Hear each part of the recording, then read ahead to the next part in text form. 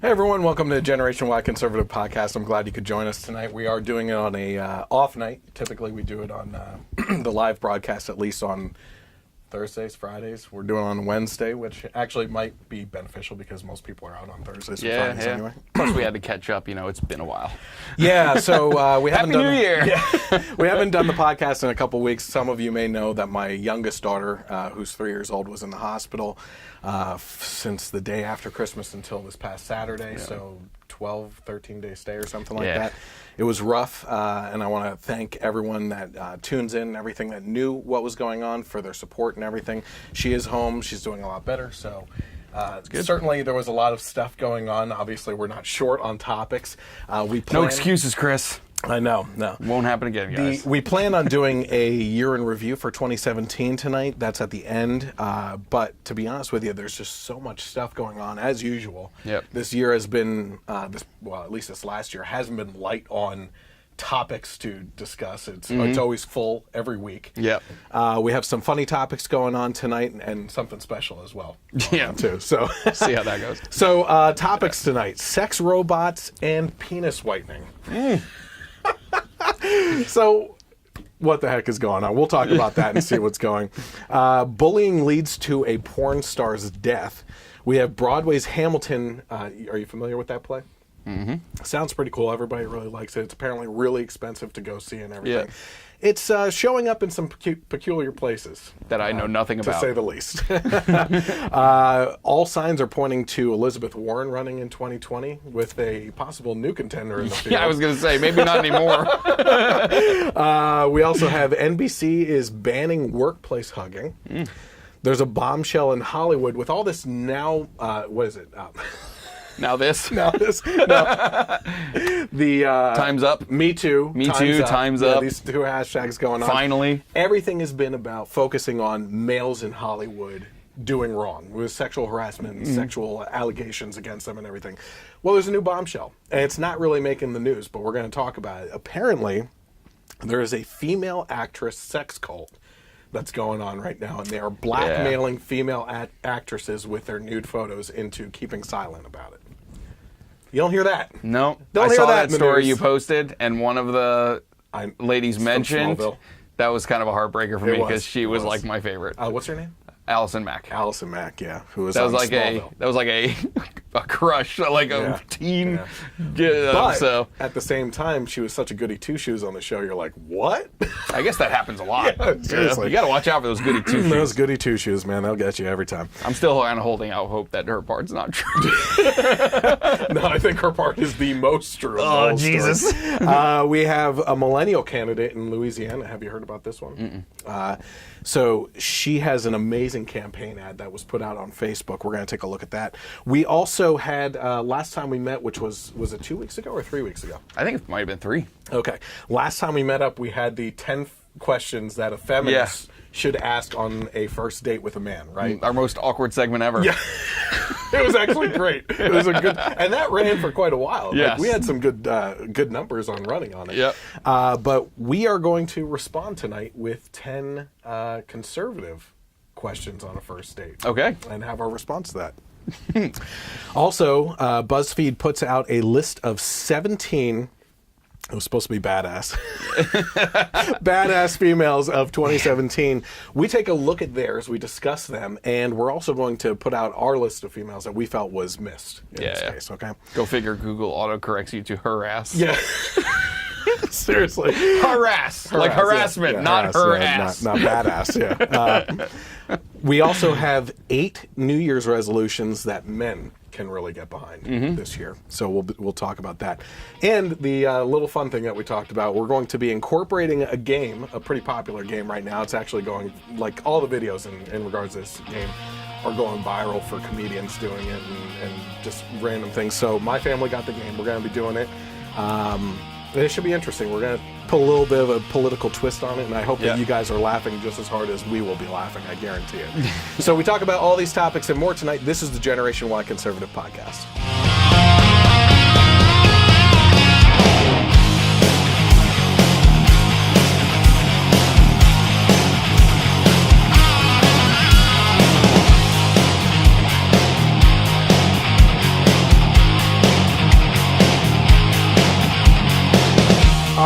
I want to thank everyone again for joining the Generation Y Conservative podcast tonight. You can follow me on social media if you're watching right now on the live stream on Facebook. You can find me by searching for the Generation Y Conservative on Facebook. You can find me on Twitter at the bottom of your screen there. It says @GenY Conservative without the E on the end. And most importantly, I think, is go to the YouTube channel and subscribe to it as well. Again, the address is down there, but on any social media platform, just search for the Generation Y Conservative. Interact with me, whether it's posting articles on Facebook, you can interact with me and get involved in some of the fun commentary that goes on Twitter. And we get little things going here and there with the YouTube channel too, movie reviews. We're a little bit behind. We should have done the Star Wars review. Yes. Right? And we went to see that on opening night. Yep. What time did we get back? 4 in the morning? Something like that. And I crashed here in your basement.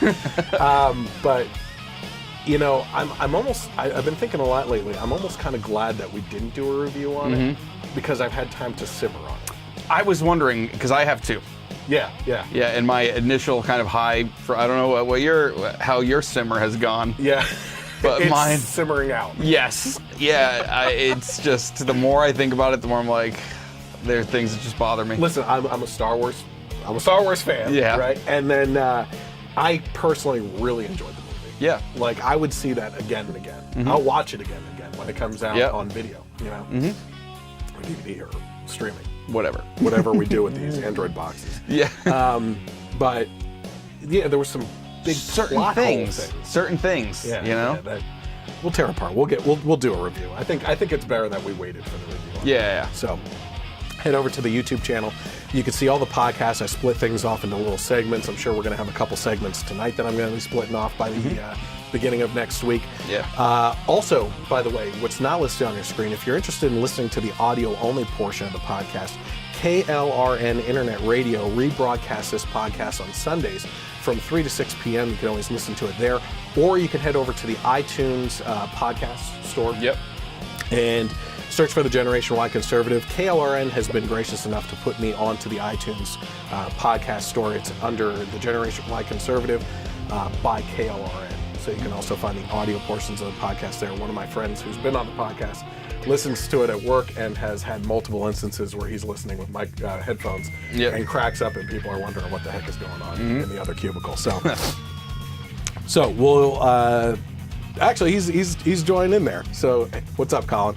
So we plan on having you on again sometime very soon. All right, so let's get started here. You and I have been talking back and forth now for weeks, and we've been texting each other almost every day. Yeah, almost. About this whole cryptocurrency thing. Yep. Right? So right now, it's the markets are fluctuating back and forth like crazy because huge things are happening in the markets, especially in Japan. I know that they just accepted Bitcoin as a currency in Japan. Yep. So that's been fluctuating. Bitcoin was up to almost 20,000. Yeah, 19 something, like right at the cusp. And right when it went public, it went up to that height and then it dropped back down, and it's been hovering around the 15,000 mark now, with some downs and ups and everything. But there's certainly some other things out there as well with cryptocurrencies being Litecoin. Ethereum. Ethereum is a big one. Those are like the big three that are on Coinbase. Yeah, we've personally talked about Ripple being something that's a long-term investment. And everything. Man. I mean, when we first talked about it and you were like, it was in the cents. I know. Now it's in the $2 range. Yeah, and it's come back down. It was up to almost like 3.5, almost 4, and then it's kind of like fallen back down. So. Yeah, it hurts. Yep. But I have a little news story that is going to hurt a little bit more than that. Yeah. So, Darren McFadden of NFL fame. Right? Yep. He asked his financial advisor to invest $3 million into Bitcoin a couple years ago. Oh. Okay, when this was under the dollars, right? You know. Yeah. And that would have him at $237 million today, according to where Bitcoin has landed. Yep. Okay. So this guy is flying high, living large. Right? Yep. That's if the financial advisor had actually done what he was asked to do. Oh, God. So instead, the advisor thought it would be better for him to take that money, say he invested in Bitcoin, and instead spend it himself on his own stuff. right? Ugh, So jeez. McFadden alleges that his team was supposed to invest $3 million in Bitcoin years ago. And that investment fraud attorney that he's working with, Chase Carlson, calculates that it would be worth $237 million today. Instead of handling McFadden's funds responsibly, McFadden claims that Vic covertly used the plaintiff's income as his personal slush fund to subsidize his own lifestyle and expenses and to invest in his own projects. I mean, you go back a few years, right? Yeah. And you're this guy Vic. I think it's Mike Vick, too, by the way. Right. It's not the That's Mike hilarious. Vick, but it's Mike Vick. Yeah. So you're this guy, and some meathead client football player's like, hey, there's this crypto whatever. And he's like, oh, yeah, that's a good investment. Yeah. This moron's going to put $3 million in this fake money. I'm just going to use it for whatever. Now, genius Darren McFadden's like, yo, where's my money? Oh, man. Can you imagine what that initial conversation is? Oh, my God. Borderline murder. Like, hey, I think now might be a good time to pull some of that money out of there. Do you mind I'm estimating it at $237 million right now. Why don't we take off like $7 million and let the rest play? I just want a new car. I want a Ferrari. Yeah. Yeah, I don't have that. Yeah. that I never invested in that. Oh, that thing actually worked out? Could you? What? What now? Homicide. Yeah. Homicide. I mean, homicidal tendencies. People normally have this like kind of regret feeling. Like when this stuff takes off, you're like, oh man, I wish I would have known about it. I wish, if I would have put some money in when it was $1 or $2. This guy did it. Yeah, he did. And it didn't happen. Yeah. Because of his idiot financial advisor. Oh my gosh. So Matt is actually commenting here about, he said, invest all your money in Dogecoin. I think that's how you spell it. Now Dogecoin is an interesting one because that was actually set up as a parody cryptocurrency, and then people invested and it took off. So now it's actually worth something. So that's the way these things kind of work, which is really funny. Yeah. And the symbol there is like that dog that is in a lot of those videos from it makes and everything. It's pretty funny. Oh man. Okay, so the Daily Wire is reporting that a Hindu holy man pulled a van using only his penis. Impressive. Yeah. Yeah. The man, called a Sidhu, executed the rather unusual procedure in Allahabad. That's what I'm going to say it. In northern India, the annual Mela Festival, which began on January 2nd, is expected to last 45 days, and there's no word as to whether there will be an encore performance. I almost said perversion. Stretch Armstrong over here. He's only got one show in him per year. Things got to reset. So among these is celibacy is common, which to me is good news that someone doesn't have to deal with this this kind of athlete in the bedroom. If his pull game is this good, Olympian in the bedroom. If his pull game is this good, what's his push game like?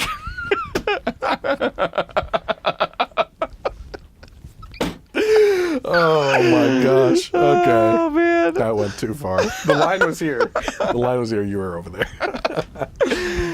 You picked the story. I did. Overperformer in the bedroom. He might kill someone.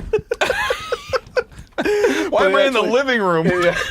It actually reminds me of Commissioner Gordon in, was it Batman Begins? Yeah. Where he said he's the hero the city deserves, but not the one that needs right now. Ever. Not the one that needs ever. Oh boy. So speaking of penises, we talked about this in the opening here. Just keep it going. Thai men are lining up for penis whitening, is what the procedure is called, in Bangkok. Go figure. Obviously. Yeah. After a spike in demands that coincides with their vagina whitening that they got going on there too. Okay. So the clinic... The free market, folks. the clinic is performing 100 of these whitenings a month right now, right? And The Thai Health Ministry has responded to this clinic that's actually doing this stuff, and they're telling people tempted to try the treatment for themselves that penis whitening is really not a very good idea. Go figure, right? So aside from the side effects that include pain, inflammation, and scarring, patients who stop treatment will see their penises turn to its usual shade and could end up with some nasty-looking spots. Well, there's a surprise for you. Right. Yeah, when it looks like you've gone down to the farm. I don't even know what to say about this one. Well, it all keeps on going because here's our next story, right? Just going along the bedroom antics, really. Matt McMullen is the CEO of Realbotix, okay? Mm-hmm. And he says that he's getting ready to launch AI-enhanced male sex robots. Now, we've actually talked in the past over this last year about the female sex robots. That's like a huge thing in Japan and stuff like that. Not surprised, by the way. Not surprised. But now they're getting ready to launch a male version for women, right? Mm-hmm. So this follows the release opportunity. Yeah, equality. Yeah. Equality. This follows the release of Harmony, which is the world's first interacting female sex robot last year. The male version, currently unnamed, write what name you think it should be if you want to get involved, will have all the software specifications of Harmony as well as a bionic penis. Yeah. Can it pull a van? This is what I want to know. Otherwise, it's a waste of technology, You're right. Obviously. Harmony's launch had second bionic penis of the night. We're only like 10 minutes in. We're rolling with it, man. Harmony's launch had several scientists considering the ethical implications of having sex with robots, and their findings weren't a particularly happy read. Happy ending. On social media, Harmony was seen by many as bizarre and creepy, go figure, with several people commenting how it perpetuates misogynistic ideas about sex and sexuality. The male version might not fare much better. So when I actually posted this article, I had my own thoughts on it. Yeah. Okay. Which is, I don't think this is a good idea. Mm-hmm. Okay. But there's reasons why this is happening, I think. Okay. And it deals with the both sexes in society. Yep. With this whole stuff going on right now, the bastardization of men in society. Yep. Right. We have this whole group of people now that are saying that men should be more emotional, be more feminine, and show their feelings and all this other stuff. Mm-hmm. And you are feminizing men to the point where you want them to be on the emotional level of support like a female would be, right? And it leaves a void, okay? I mean, because the women are saying that, but at the same time, there's a good subset, or I would say a majority of women that are looking for that void to be filled by men that act like men. Yep. Okay? That don't cry after an intimate encounter or anything. Hold me type things. You know what I mean? Men that are willing to put in the work and not, take out for manicures or whatever. And everything. But then on the other end, you have the men who are going after the sex robots, the female sex robots, because of this feminist movement, right? That is anti-men. It's not about equality. It's about putting the heels of your stilettos on the necks of men and putting them down and treating them like dirt. It's not about equality anymore, right? And so men, when you've reached a point in society right now where men just asking a woman on a date is considered a form of sexual harassment. Yep. Men don't even want to take the chance anymore, you know? So are you really surprised that both of these sexes are going towards alternatives that are screwed up? Thank God I'm married. You know what I mean? Like, things have deteriorated so much. Yeah. It's disgusting. You know? So I'm not surprised. Is it the right course of action? Absolutely not. Like, this is disturbing. Yeah. You know? It is weird. I mean, when we were all in middle school, they told you not to stick the tweezers in the sockets in the wall. Yeah. You know what happens? Yep. You're playing with fire. I'm going to leave it at that. I mean, all we need is Skynet to turn on during one of your sessions, and that's it. We also talked about this year how sex robots and sex toys were found to be hackable. Yeah. Right? So, I mean, these IT people were coming out and saying that there's backdoor ways into the pun intended. It's too easy. into these toys and everything, and that they were hackable. Yeah. They could do, So now we were talking about plugs at the time for what the toy was that they were specifically talking about. But at the same time, when you have things like this going on, that you could just be watching a movie, all of a sudden it starts walking around. Just I'm going to murdering get a coffee. Everyone. Do you want anything?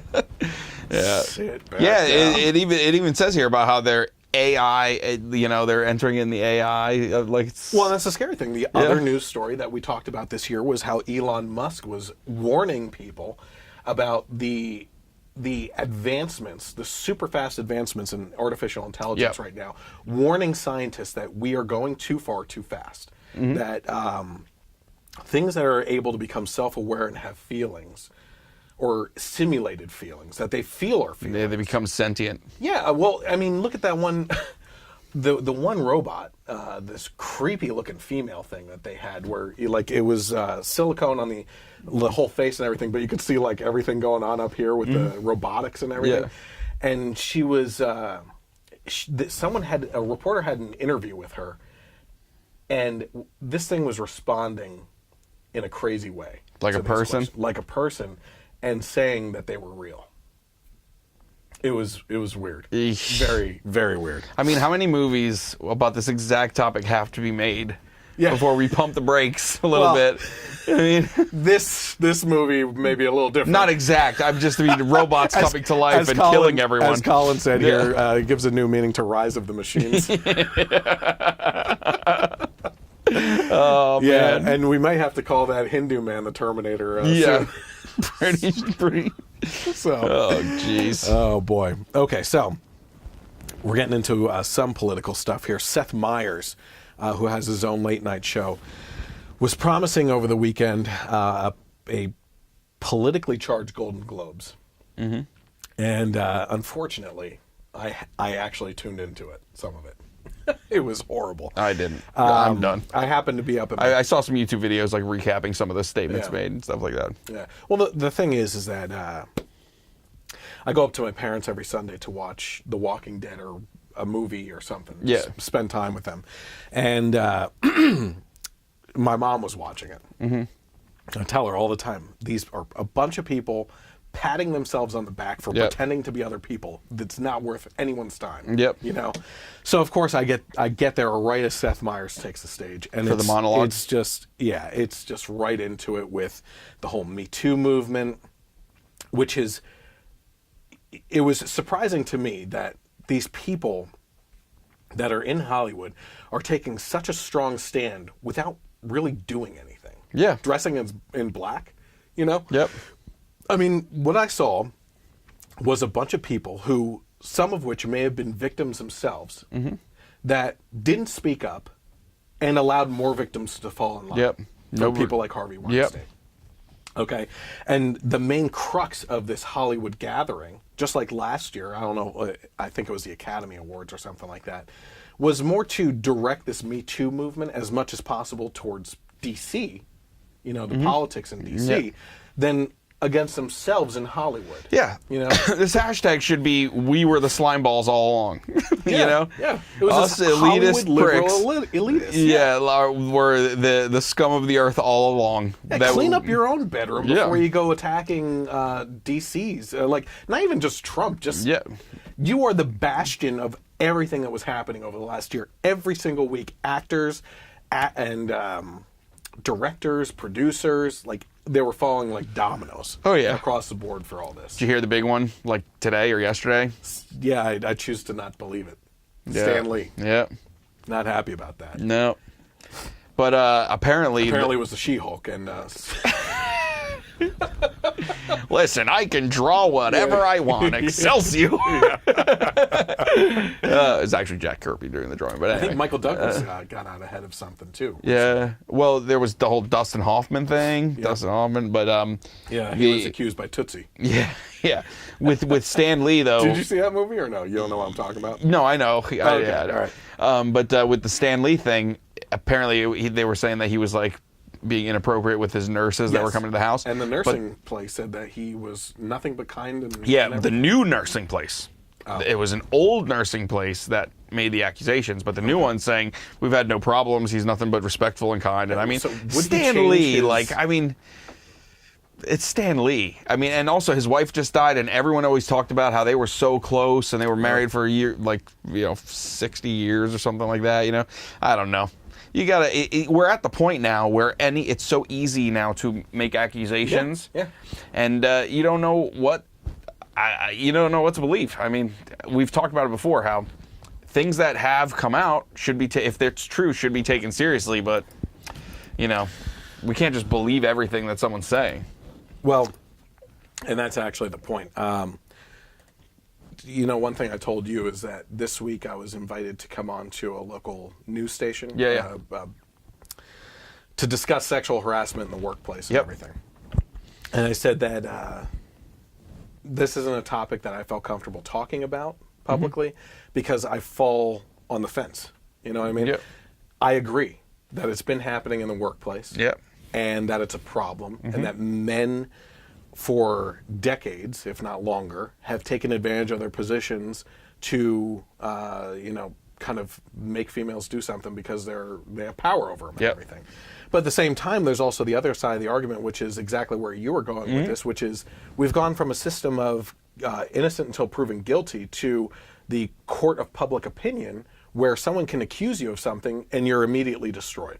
They don't need evidence. They don't need any follow-up or anything. You are just destroyed right away. Yeah, your name is on that list. It's not coming. I actually just saw something. I forget who said it, but it was some actress or something, basically saying that the word allegation shouldn't even be used. Right. Like they're guilty. Like if there's someone being accused of something, they are guilty. You shouldn't even say alleged because that takes away from the gravity of whatever. I'm sorry. Until it's proven, they are alleged. Which is exactly, we'll get to Oprah here, but Oprah and others have said over the last year, Hillary Clinton was another one, which is hilarious. Oh, yeah.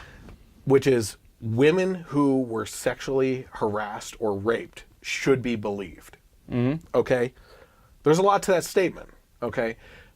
Here's the truth of the matter. Women who are sexually harassed and raped should be heard, should be listened to, should have those allegations investigated. Yep. But to believe them right off the bat is an irresponsibility. It's crazy. You're asking, if we get to a point where every single, just without any, digging, and someone who makes an accusation is just automatically believed and that's it, I mean, who wouldn't come out and say, oh, I work for this super rich guy? You'd be stupid not to, it's, you'd have no soul, but it'd be, Yeah, it gets to be ridiculous with all this stuff. So in an interview with People magazine, Seth Meyers, pledged to inject his brand of political humor, which seems like an oxymoron from him because it's not funny at all, into the Golden Globes opening monologue. Though Meyers leans hard left, he did indicate that the humor will focus on the Me Too phenomenon sweeping across Hollywood following the Harvey Weinstein scandal, which he did. He did take his shots. Yeah, I didn't hear much about Trump. I'm sure there probably was stuff in there, but it wasn't the majority. And I'll be honest, some of it was pretty funny, what he did. But at the same time, he looked like he was sweating bullets up there delivering this stuff. He said, with the monologue, as far as talking about anything in the news right now, it seems like this year more than ever, Hollywood has its own internal politics that obviously deserves to be talked about. Going into our focus is far more on the, going into it, our focus is far more on the worlds that make these films and less on anything that's happening in Washington. So in regards to bashing Trump, Meyers said he holds the keys to us not talking about him, which would be to behave differently. But while he continues on this path, we'll continue on ours. Which, I'm not going to blame him on that. Trump almost sets it up for him. You know what I mean? Most of the time. Along with anti-Trump speeches, expect to see a lot of the black dresses in the Golden Globes, where everyone wore it to support the Me Too movement. Not everyone. No, there was one woman who wore red. She looked great.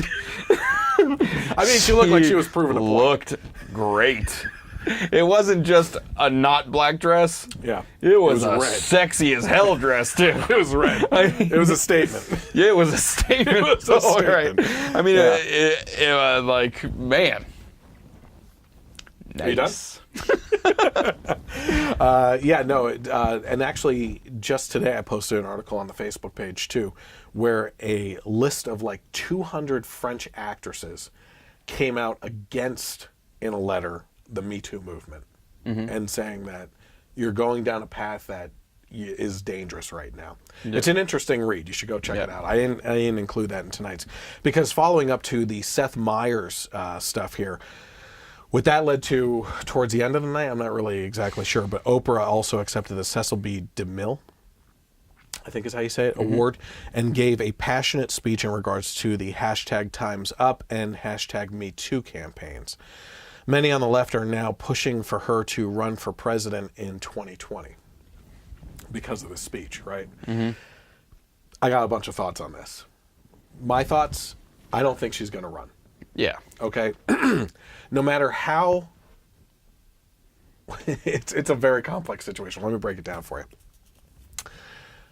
Even if she wants to run, she will hire people to run the numbers. Okay, a Rasmussen poll today came out and showed that she would win against Trump 48% to 38%. Okay, but a person's going to come to her and say, listen, let's break down the numbers here. If you were to become president, politics divides everyone.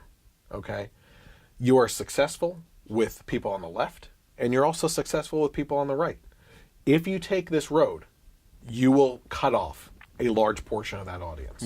Okay. So you're saying she's the one person in Hollywood that would actually care? Yes. And I'll tell you why. There's a lot of similarities between her and Trump, right? As far as the personality that goes into the politics, okay? And that's what a lot of people are comparing right now. Yep. Which is the hypocrisy of the left saying Trump shouldn't be president because he has no political experience. He's just a TV personality and a business person. And then all of a sudden, after what is it? The Golden Globes. Who cares? Yeah. Oscars and Academy Awards, it's all the same crap. Yep. After this award show, they're all like, Oprah should be president. Who cares if she doesn't have political experience? And she's a smart business person and a great TV personality. Well... What? Where the heck is this coming from? You just got done for the past year lamenting about Trump being the same exact thing. But here's where it differs. And then it'll also be the same thing on the other side. All the people that are super right-wing, they're like, she doesn't know what she's doing. She has no experience. Yeah, there's hypocrisy everywhere. But here's the difference between Trump and Oprah. Yeah. They're both successful business people. And I admit, first of all, I'm not defending Trump at all. He's had his bankruptcy issues, right? But the difference between Oprah and Trump is that Trump, in the construction business, property management business, and stuff like that, that type of work environment encompasses bids. Okay? So he uses his personality and business savvy to do bids, but his brand that backs that up isn't in jeopardy most of the time. Okay? Oprah is the brand. Okay? Yep. Bids take place behind the scenes, behind closed curtains. You never really know. Those are confidential meetings and everything. But Oprah is the TV channel, the everything, the magazine, all this stuff, right? Someone's going to come to her and say, listen, your stocks are going to go bad. Everything's going to go bad for you. Now, the interesting thing is she just made like $13 million since that speech because she's a stakeholder in Weight Watchers. And after that speech, Weight Watchers stock shot up because people anticipate her taking a political move and getting involved in this. So they want to invest in everything that she's in right now. She made $13 million overnight. Okay? But again, those are with people that are supporting her. Okay? I don't think that she's going to run because I think that she is more concerned about her pocketbook than that. The second point to this is that whenever someone runs for president, that same person that's going to run those numbers is probably going to be the same person that will take a look at the investigations into your personal life. Yep. Because skeletons will come out of the closet, right? So those people are going to dig, they're going to go outside, and they're going to try to find as much dirt on their own candidate to see what they can anticipate coming out in the headlines. Okay? Yeah. There's a lot of skeletons in Oprah's closet, okay? I have a lot of respect for Oprah. She has accomplished more than like everyone. Right? I mean, she is a very successful business person and a media personality to boot, you know? But I remember just within the last couple of years, an article coming out in one of like the New York Times or the Guardian or Daily Mail or something like that, of this guy who wrote a book specifically on Oprah that talks about how nasty she is to people behind the scenes. Oh, man. And all these stories that come out and how she treats people in stores that she buys things from and everything. Those stories are going to bite her big time. Okay? And I don't think that she wants the right people to hate her. And I don't think that she wants people on the left to find out about her true personality. So I think that there's a lot there that we're going to see that will chew away from her becoming a candidate. Now, you think she's got a bus video with Billy Bush? Here's the other thing. Here's the last thing I have to say about that is if she doesn't run, the left is going to hate her anyway. Yeah. Because if you're looking at a Rasmussen poll right now where you would win against Trump at 48% to 38%, and they say, this is our shot, and she even realizes it, but she gets all this data saying this is what's going to happen to you if you do run and win, right? If she doesn't run, people are going to hate her for allowing him to technically stay in the White House if that's what happens. Yeah. Silly for them to even consider believing polls after what happened during the last election. True. Anyway. That's very true. Yeah. I just really think that like most of middle America that doesn't vote the way that the coasts vote, they don't like take part in these like polls or you know what I mean? I've never gotten called. No. I mean, who's taking these polls? You know? I don't know. I have no idea. New York high rises. Yeah. That's it. So, this is pretty interesting. According to Dangerous.com, the pro-gay online hate machine has led to the suicide of a porn actress. Outspoken porn actress August Ames took her own life after being harassed on Twitter for her opinions. You kind of pause for a second. Do you know August Ames? Who doesn't know August Ames? No, I heard the story. Okay, all right. Yeah, so we'll go with that. Yep. I got you. That's I'm sticking to it. That's my story, and I'm sticking to it. On December 3rd, Ames, who has over 280 movie credits to her name, tweeted her personal decision not to shoot with male porn stars who've shot gay porn, and a warning to another performer. She tweeted this: whichever lady performer is replacing me for @EroticaXNews, you're shooting with a guy who has shot gay porn. Just to let you know, she wrote on Twitter, BS is all I can say. Do agents really not care about who they're representing? I do my homework for my body. So the 23-year-old porn star was referring to the higher instances of sexually transmitted disease in gay porn actors, which is a constant danger for the porn performers.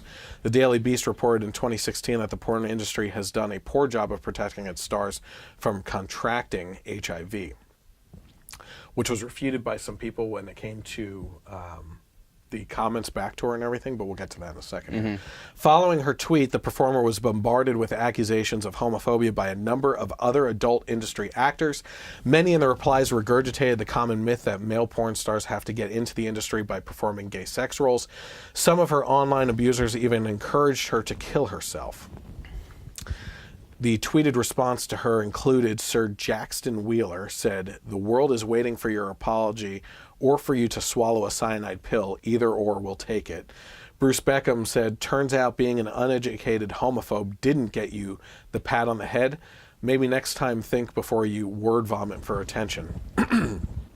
So according to the blast. Ames's death was confirmed by the Ventura County Medical Examiner's Office the other day.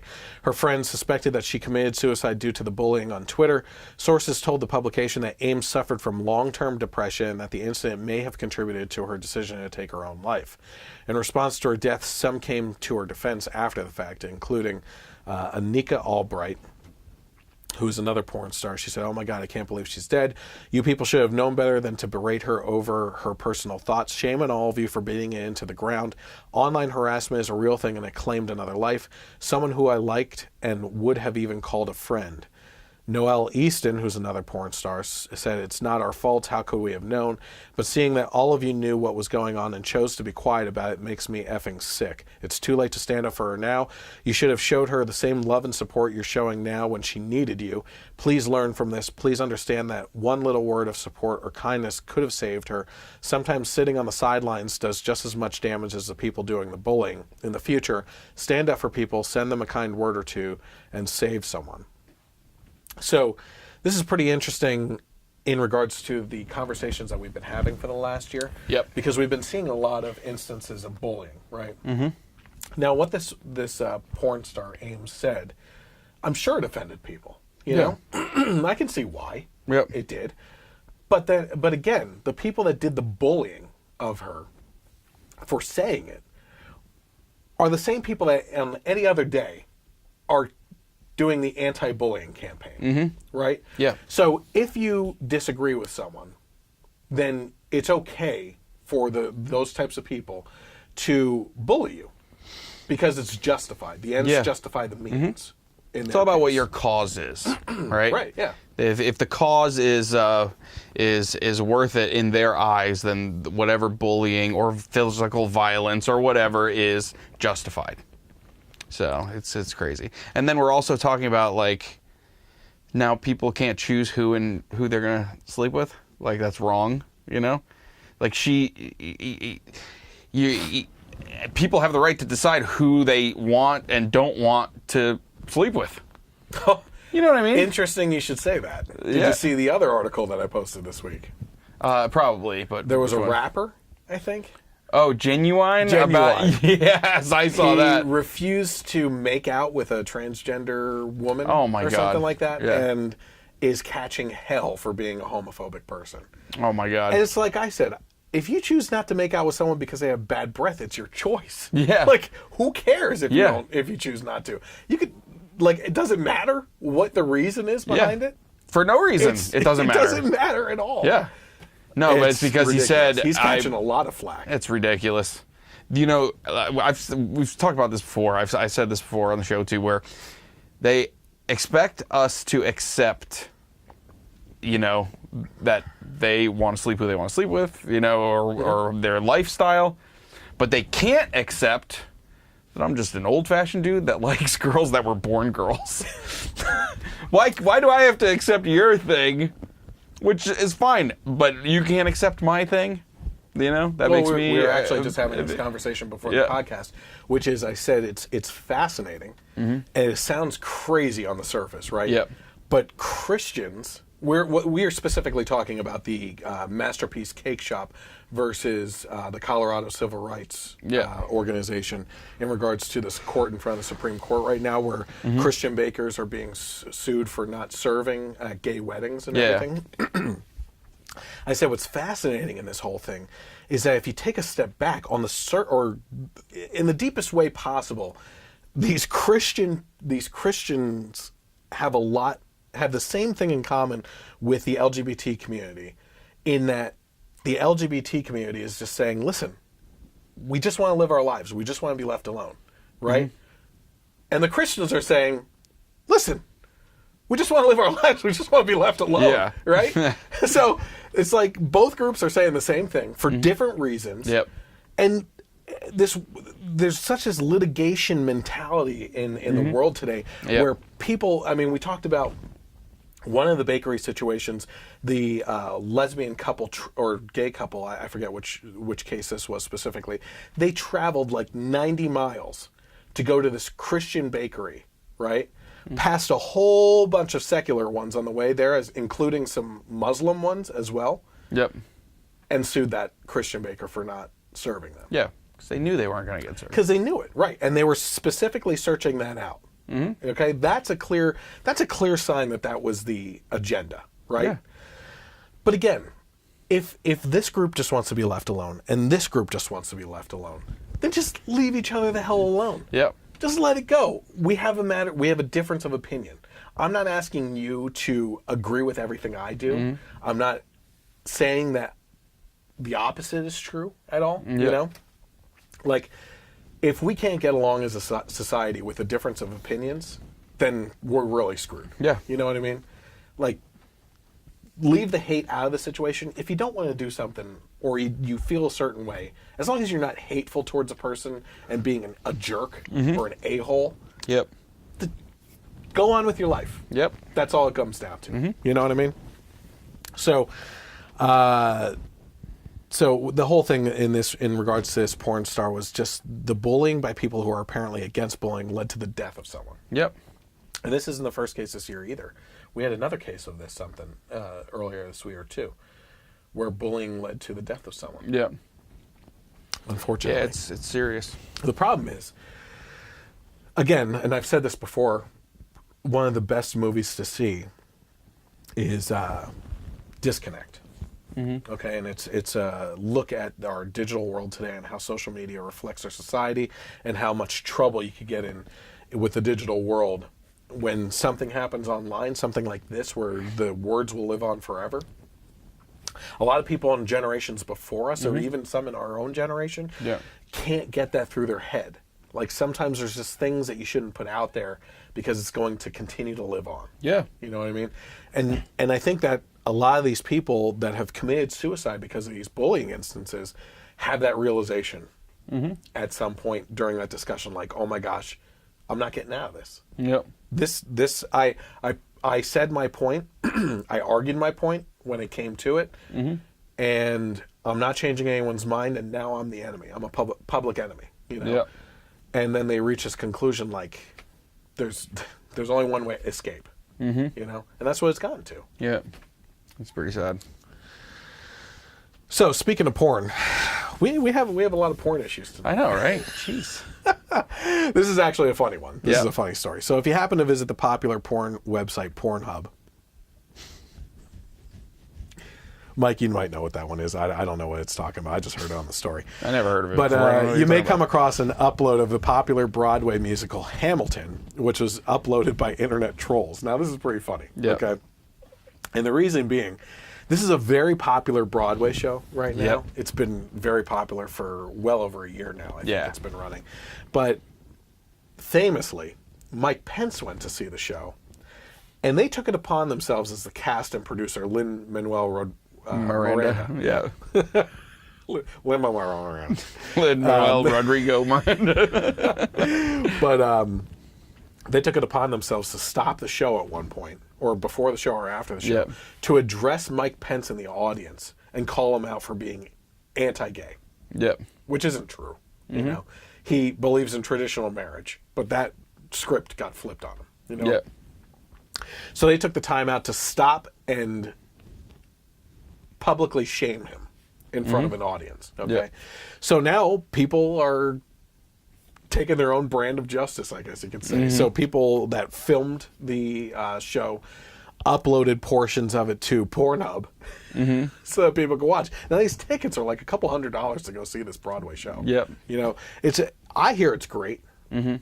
I would have loved to have seen it at some point in time prior to that Mike Pence incident. I don't care what their political beliefs are. As a matter of fact, if you're going to a Broadway show, you can basically guarantee what their political beliefs are. 99% chance you'll know. But I can get over that. Mm-hmm. Go on with the show. If it's a good show, let it be. But as soon as they did that, I'm like, you know what? I'm not doing it. I'm never going to go and see that type of thing then. You know? What's up? Just one of their quotes in there. Oh, okay.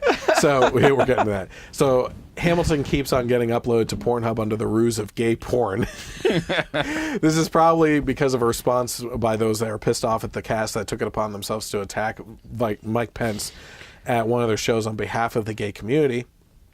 According to Steven Crowder's site, one benevolent site user named Broadway Effer uploaded the 75-minute clip to the X-rated video site with the title, "Revolutionary Twinks Have Historical Fun." Another user named Wink Wink shared a video of the same length under the name "Revolutionary Boys Get Dirty on American Politics Part 1. That's hilarious. So, Yeah. hey, listen, that's a copyright issue or whatever, a trademark type issue. And it's unfortunate, but they kind of brought it on themselves. Yeah. You know what I mean? With what they were doing. There was this story reminded me of something else that kind of came up a couple of weeks ago. You're familiar with Twitch, right? The streaming site for gaming. Some guy during a UFC pay-per-view, did you hear about this? No. He streamed the entire pay-per-view on Twitch. Yeah. And he stayed in the corner and pretended he was playing the UFC video game. Yeah. And it stayed up the whole time. No one caught it. He streamed the whole thing. HD, perfect on Twitch, on whatever. And he's just like pretending with his controller that he's playing the knockout. And it was the live pay-per-view. It was pretty funny. Man. But man, you put your face on that, dude. Now, I don't know what happened to him. Yeah, that's bad. Yeah. You should have had it. Probably did I think he did it as like a joke, and just couldn't believe they never took it down. Yeah. But that's rough. So, we talked about Oprah running for 2020 for president. It's also appearing very likely that Senator Pocahontas Warren will be running for president in 2020, according to the Politico. So, Politico reports that Elizabeth Warren is sitting on a war chest of nearly $13 million, more money than nearly any senator this far out from re-election. She has also hired a team of researchers to go over her own background for potential vulnerabilities, exactly what I was talking about with Oprah. Yeah.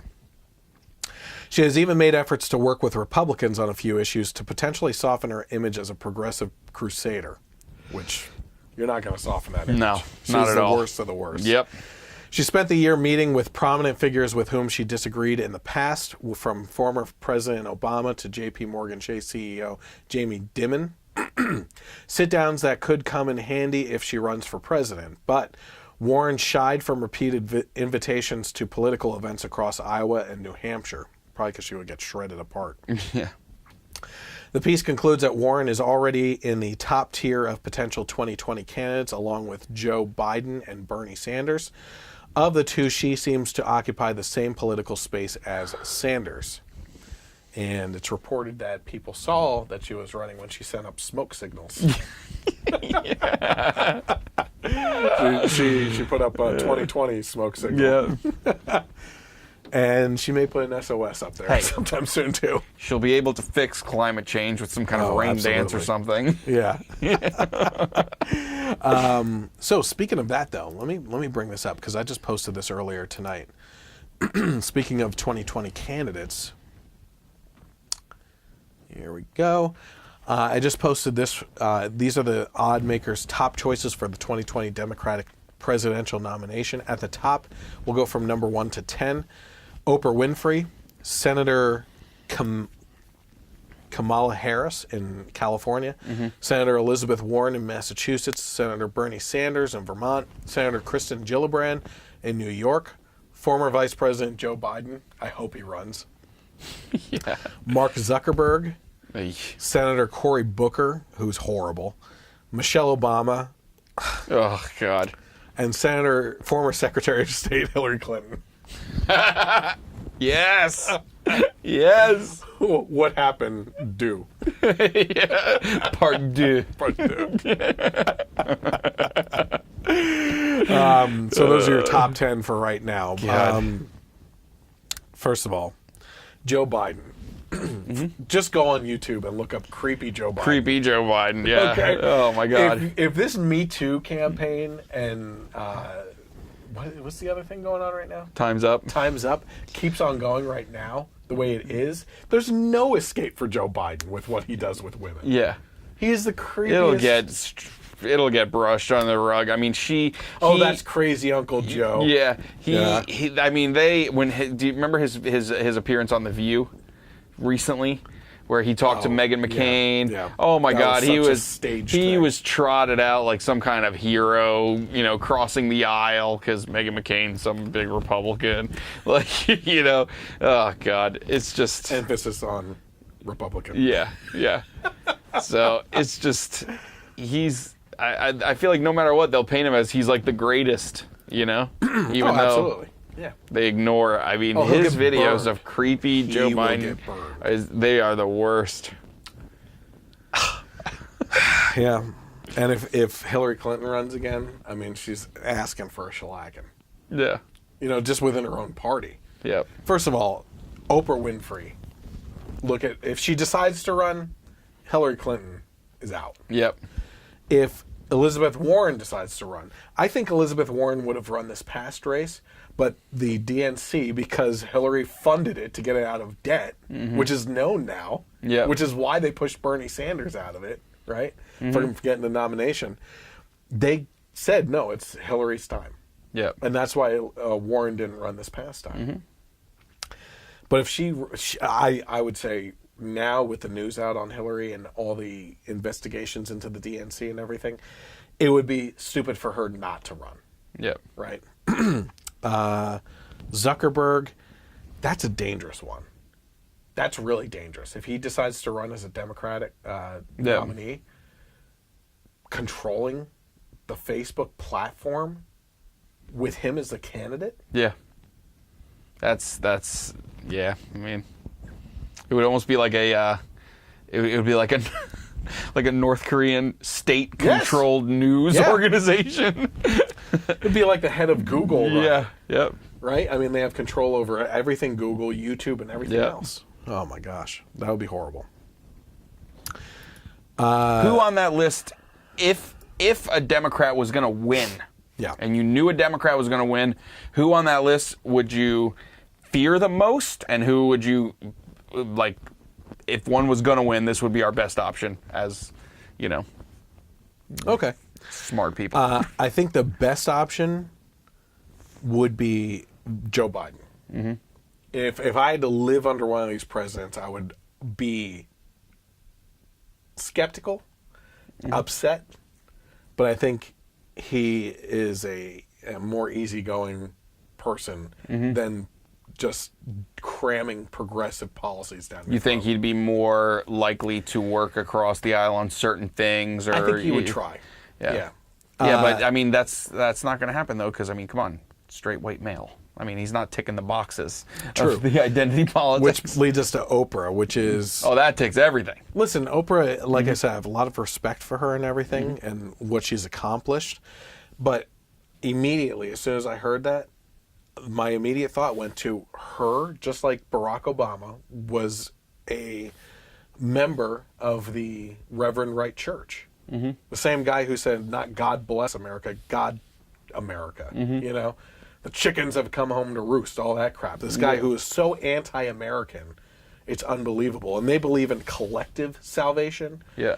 There's even a clip of Oprah getting into a heated argument with an audience member or a panel member or something on her show where she was talking about collective salvation and how there's millions of ways into heaven and everything, which she claims to be a Christian, and a Christian always says the only way to heaven is through Christ. Yep.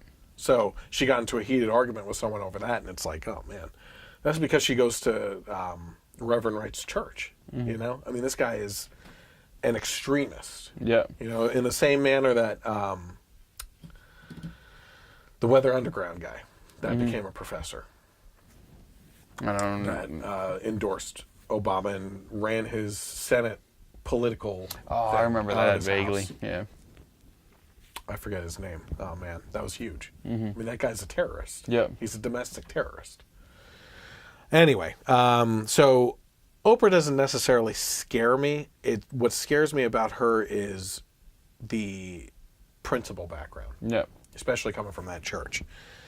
The scariest would be, believe it or not, I wouldn't put Elizabeth Warren at the top of that list for scariness. Hillary Clinton, obviously. Yeah. I mean, what she did in Benghazi and how she used the FBI to cover up her husband's sexual victims. and the multiple Gates scandals that they've been involved in as a family. The Clinton Foundation is finally being investigated for the pay-to-play schemes and everything. I tweeted at CNN the other day because I was watching their news story in the hospital. And they were talking about the Clinton Foundation and all the good that they do, all the good stuff they donate to and everything in regards to this investigation. And I tweeted at them the graph of where all those funds go.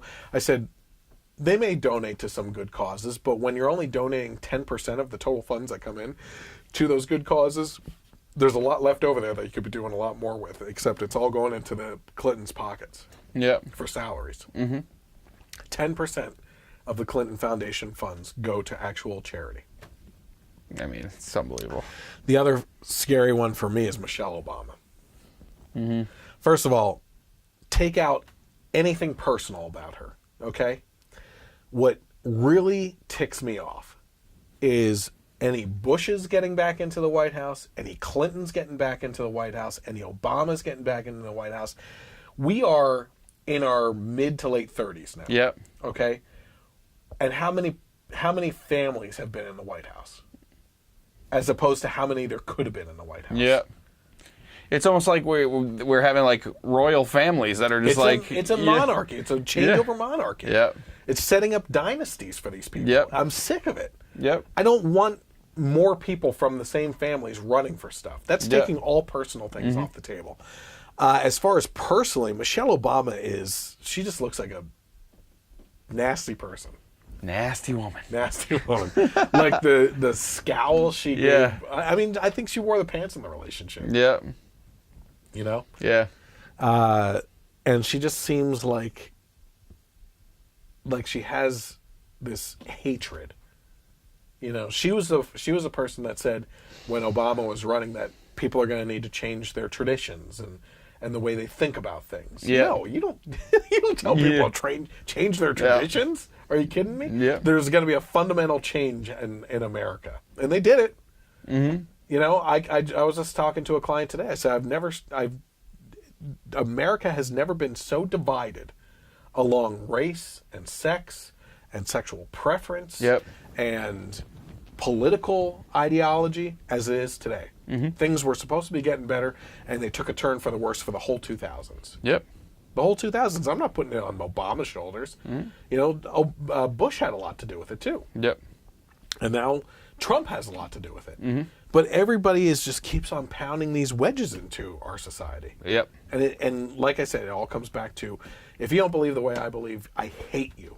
I hate you. You are a jerk. Yeah. Yeah. We can't have difference of opinions anymore? Unfriend. Yeah. Oh, I've had that the past couple of years, I'll tell you that. Not sorry. No mention of The Rock. Although we don't know if he would run as a Democrat. I don't think he would. Because he'd probably run as an independent if he ran. I think so. But he spoke at the Republican convention early in his career when he was still wrestling and stuff.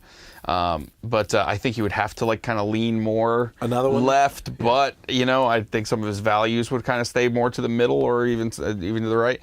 But I would wonder how he would do just as you can't argue his charisma. No, you can't. People love him. Everybody likes him. I'm going to see Jumanji on Friday. Oh, it's great. Oh, you did see it? Yes. I heard took the kids. Nonstop laughing. It's funny. Yeah. The other one that wasn't mentioned on here is Mark Cuban. Yep.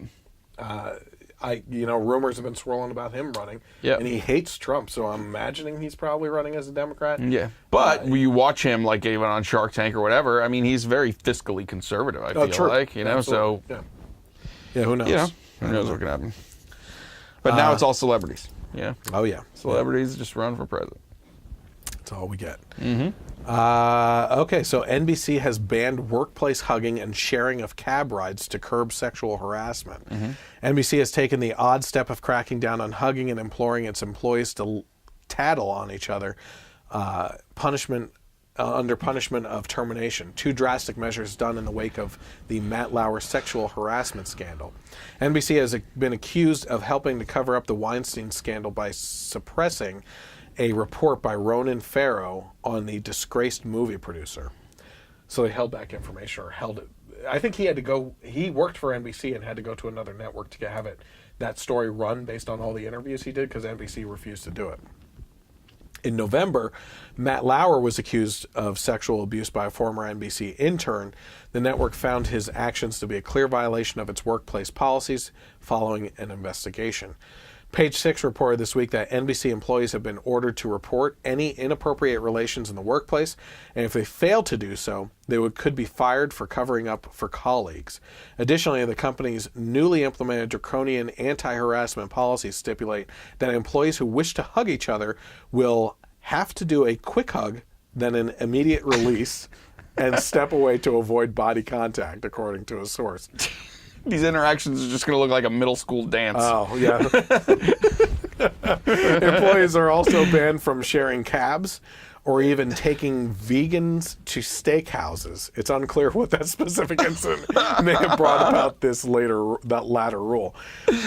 So, here's how I responded to that story. Mm-hmm. Isn't it interesting? Oh, yeah. The MP rule. Yeah. That NBC, which is one of the media sources that excoriated VP Mike Pence, along with many other media outlets and all these people on the left, before the Me Too stuff, who had a rule that he will not be in a room alone with a female unless, other than his wife, obviously, right? Yep. He was torn apart for that mentality. Mm-hmm. Then all this Me Too stuff happened. Yeah. Right? Now NBC is saying you're not allowed to be alone in a room. Right? Yeah. No touchy, no touchy. Isn't it interesting? Yeah. And on top of that, guess who wasn't accused in the whole Me Too scandal? Mike Pence. Yep. He's got an alibi. The alibi. tables have turned. Yep. Isn't it funny? And it's just unbelievable to me because I've noticed something the past couple of weeks. Since the 60s, we have had this mentality from people on the left of a sexual revolution. Yep. Right?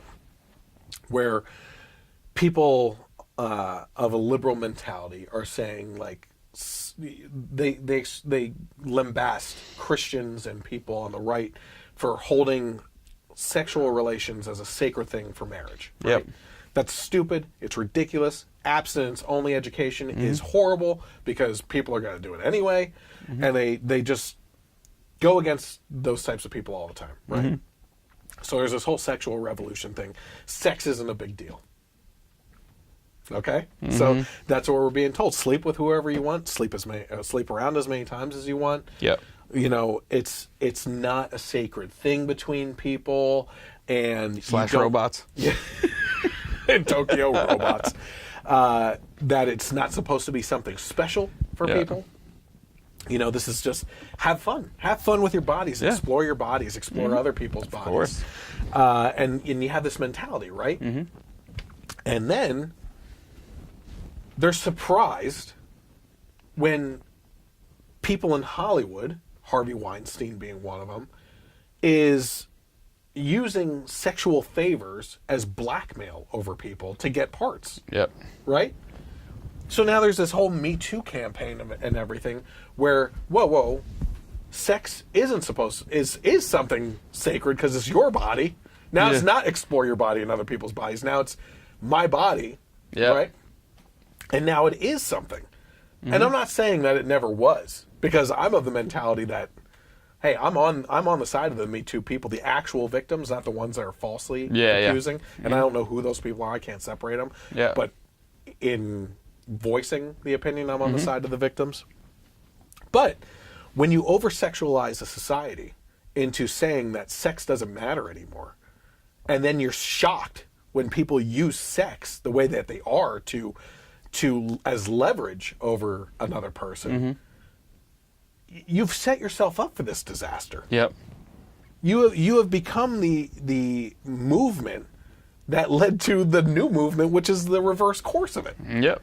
And then they're shocked when people like Mike Pence don't want to be in the room alone with another woman. Like, that's horrible. Yep. Until a Me Too campaign comes out. Yeah. And it's like, crap, maybe that guy was right. Yep.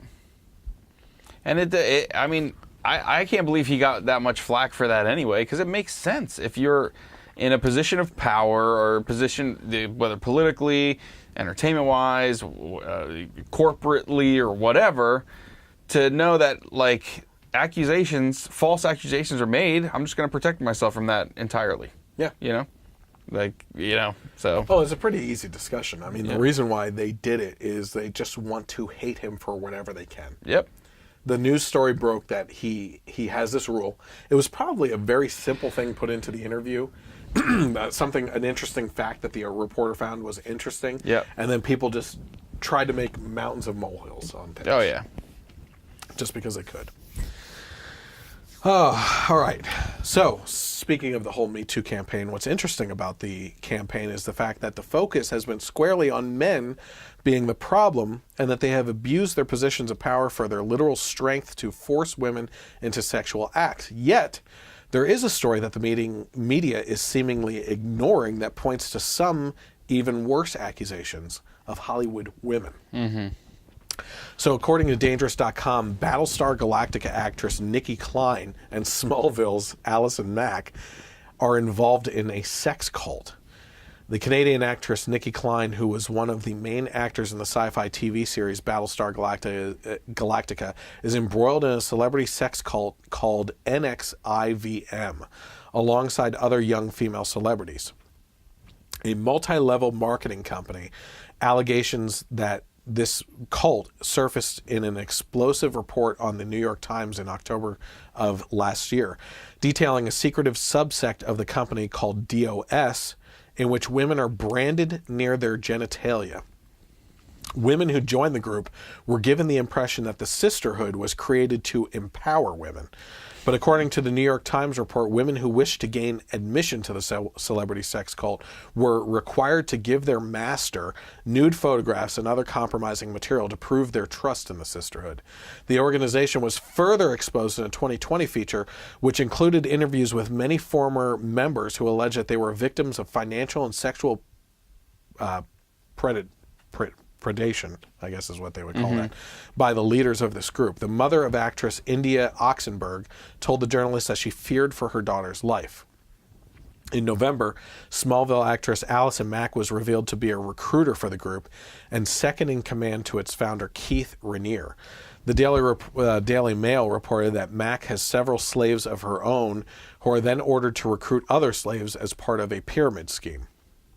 It emerged in late December that Nikki Klein, who played Callie Henderson Tyrell on Battlestar Galactica, was one of the many women whose nude photographs were found in a stash of pornographic images viewed by The Sun. The pictures were allegedly used as blackmail to prevent women from leaving its group. So what we have here is a female-driven group of actresses in Hollywood in a pyramid scheme where they brand these women near their genitalia.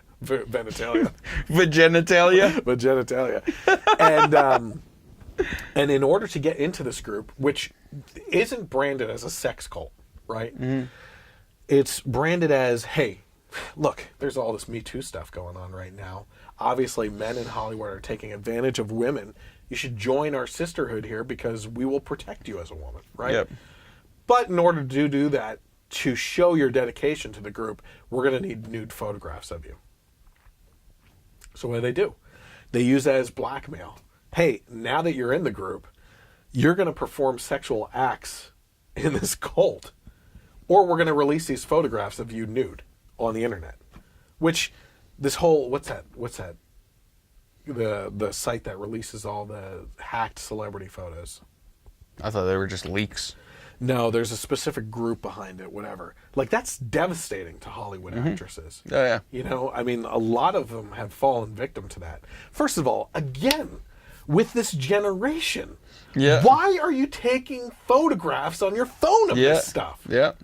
Like, it's going to the cloud. You've seen actresses get caught for years now with this. Mm-hmm. You think putting in a PIN code or something is going to protect you?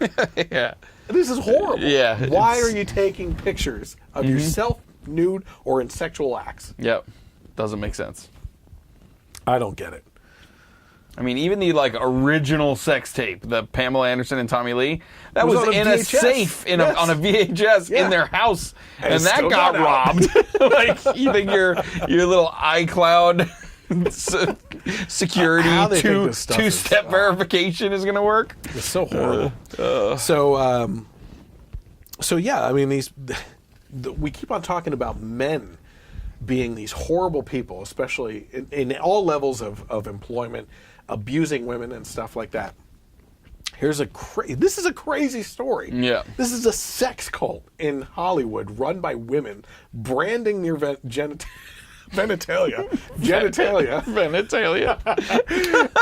and blackmailing female actresses with releasing nude photographs of them. Yeah.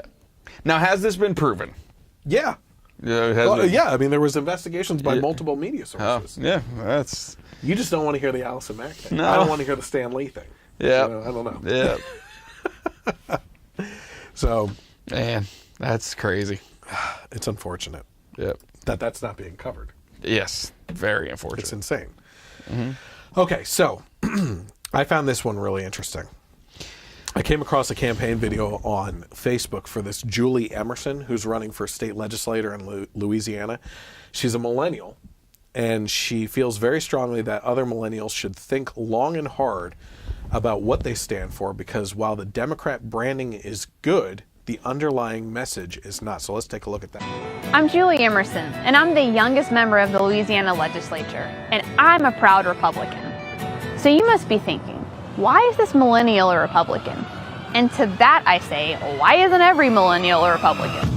Almost 70% of millennials identify with Democrats, and many of them think they're socialists. They have fallen head over heels for Bernie, but I'm not sure they fully understand what that means. Those same kids will be back at their apartments later, arguing with their roommates about who spent the most on groceries. The 21st century Democrat Party has no real coherent economic message. Instagram and iPhones are the proud achievements of capitalism, but liberals are superior at branding their party. They're polished, sleek. They monopolize the mainstream media, the musicians, the artists, the actors. They're hipster. But American socialism or progressivism isn't some sleek new idea. It's more than 100 years old. Progressivism was invented before penicillin. It's older than the car radio. It predates World War I. It came before Hitler used similar ideas to capture the German economy, before Mao killed more than 50 million in China, before Che and Castro took Cuba and used Marxism to grind the island into the ground. Americans should never forget that Mao called his social program the Great Leap Forward. Socialism isn't edgy, it's the principal's office. It's not outside of the box, it is the box. Socialism romanticizes the idea of a central authoritative power controlling everything. But the people having the power, that's the far sexier idea. The Republican Party has always been about rebellion. Patrick Henry Rebellion, Harriet Tubman Rebellion, Susan B. Anthony Rebellion. That's us, the original resistance. The Cold War was about socialism versus capitalism. Some say we should stop talking about Ronald Reagan. I say we need to start explaining exactly why he led us to an American Cold War victory. The people of my generation are lost in a fantasy, and we have to help them escape. Free markets, low taxes, parents choosing their kids' schools, investment capital, cheap health insurance, those are the ideas that could seduce a generation. They would resonate with millennials now, but first, we're gonna need to tell them. It's about time that the grand old party got some fresh new blood. Awesome. Yeah. She threw a lot out there. Yep. She was going over Che and Castro, Mao. Yeah. Which Obama hung a Christmas ornament of Mao on the Christmas tree in the White House. Did you know that? No. Yeah. Oh, man. Hitler, socialists. Yep. National Socialist Party. That's what the Nazis stands for. Yeah. All these things are. I find it fascinating that with all the expressionism of the left and this call for this freedom of how people are allowed to express themselves and everything, that they would fall for this trick of socialism where you are put into guidelines and rules that you have to follow under government oppression. Yep. Whereas as she said, and the best way to say it, the far sexier idea is liberty and freedom. Yep. And the principles of free markets and the Constitution allowing you to do these types of things that is exactly what you want. Yeah. iPhones and Instagram are all products of capitalism. Yeah, which is what they use to tweet when they're talking about socialism. Yeah, the being evils so of capitalism. awesome. Yeah. I think we might have found a future female president we can be proud of. By the way, while we're on the topic real quick here, I will probably be going to CPAC this year. Yep. And that's coming up February 21st, I think I said, through the 25th, I believe. And I can't wait. And I hope she's there. Yeah. If I can nab an interview with her, that'd be awesome. So I'm really looking forward to CPAC because I don't know who the guests... You don't know the schedule of speakers until the end of this month, I think. Yeah. Should be interesting. I've been there for the past 2 years. I know I've met so many awesome people that I still keep in touch with. My friend James, Emma, Ruby, and Kira. I mean, you know what's fascinating about that is... Let me see. Okay, Emma's white, but she's Jewish. Mm-hmm. The other ones are all different races, right? Yeah. It is amazing to me when you walk into a CPAC convention, the perception of the Republican Party is a bunch of old white guys, right? Yeah. There's some of those there.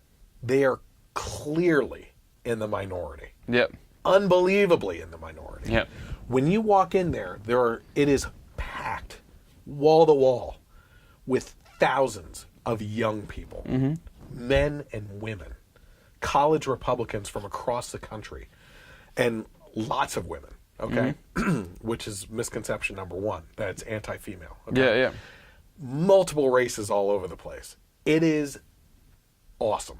Yeah, it's awesome. If a news organization could honestly report on this convention and just take a camera and slowly sweep the audience, they would be multiculturalism blown away.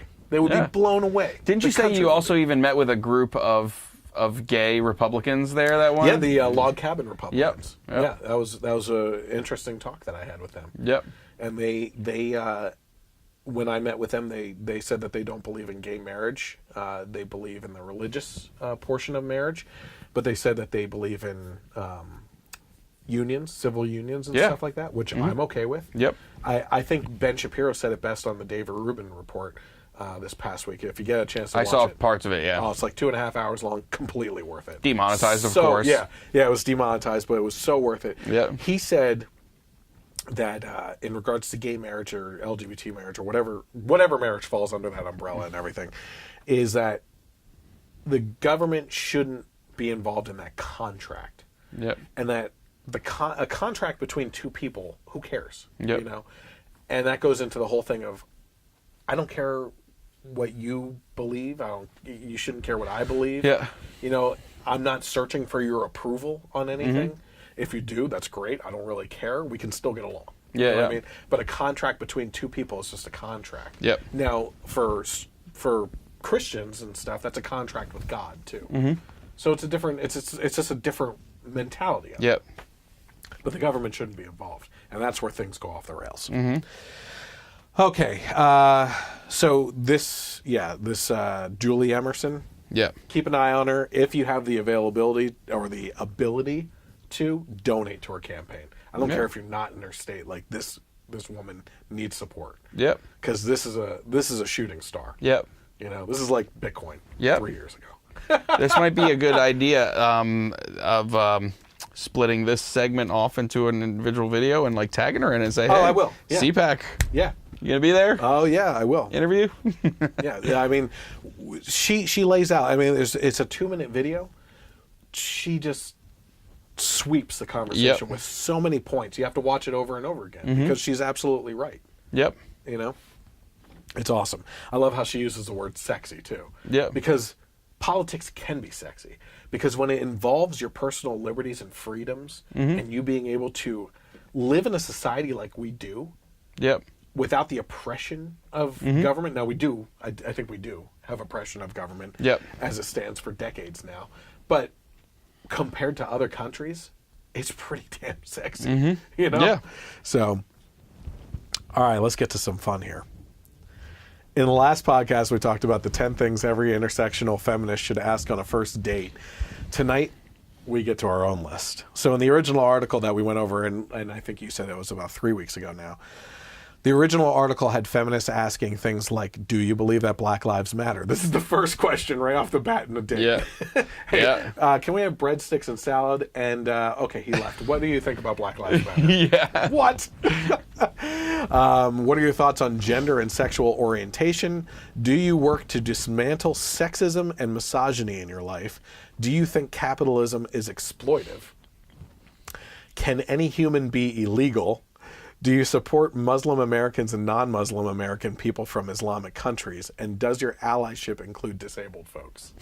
Right? So, how do you want to do this? You want me to be the date getting heat, or do you want to be the one again? What did I was you were asking the questions last time, right? Yeah. All right, I'll ask the questions this time. Okay, all right. All right. Let's go on the date.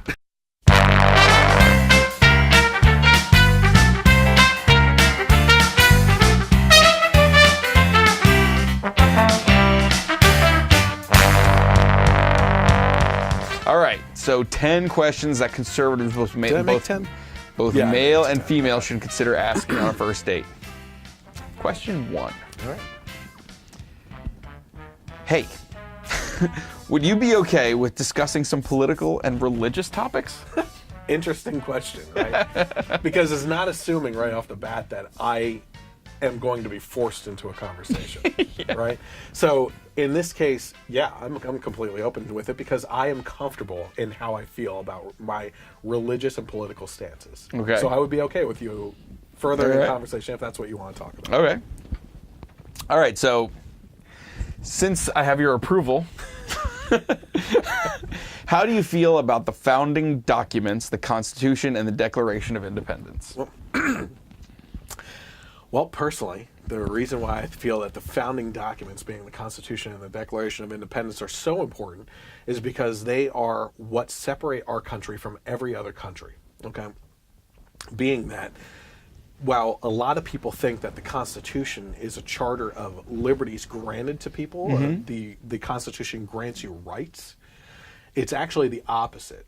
And that's another difference between us and other countries, where in other countries, their types of constitutions or articles that they release to the public in rule over the public is typically telling the public what they can or can't do. Okay.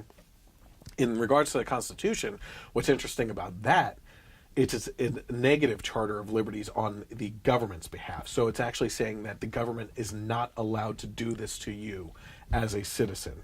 The government cannot stop you from free speech or protesting in a group or from owning a firearm, right?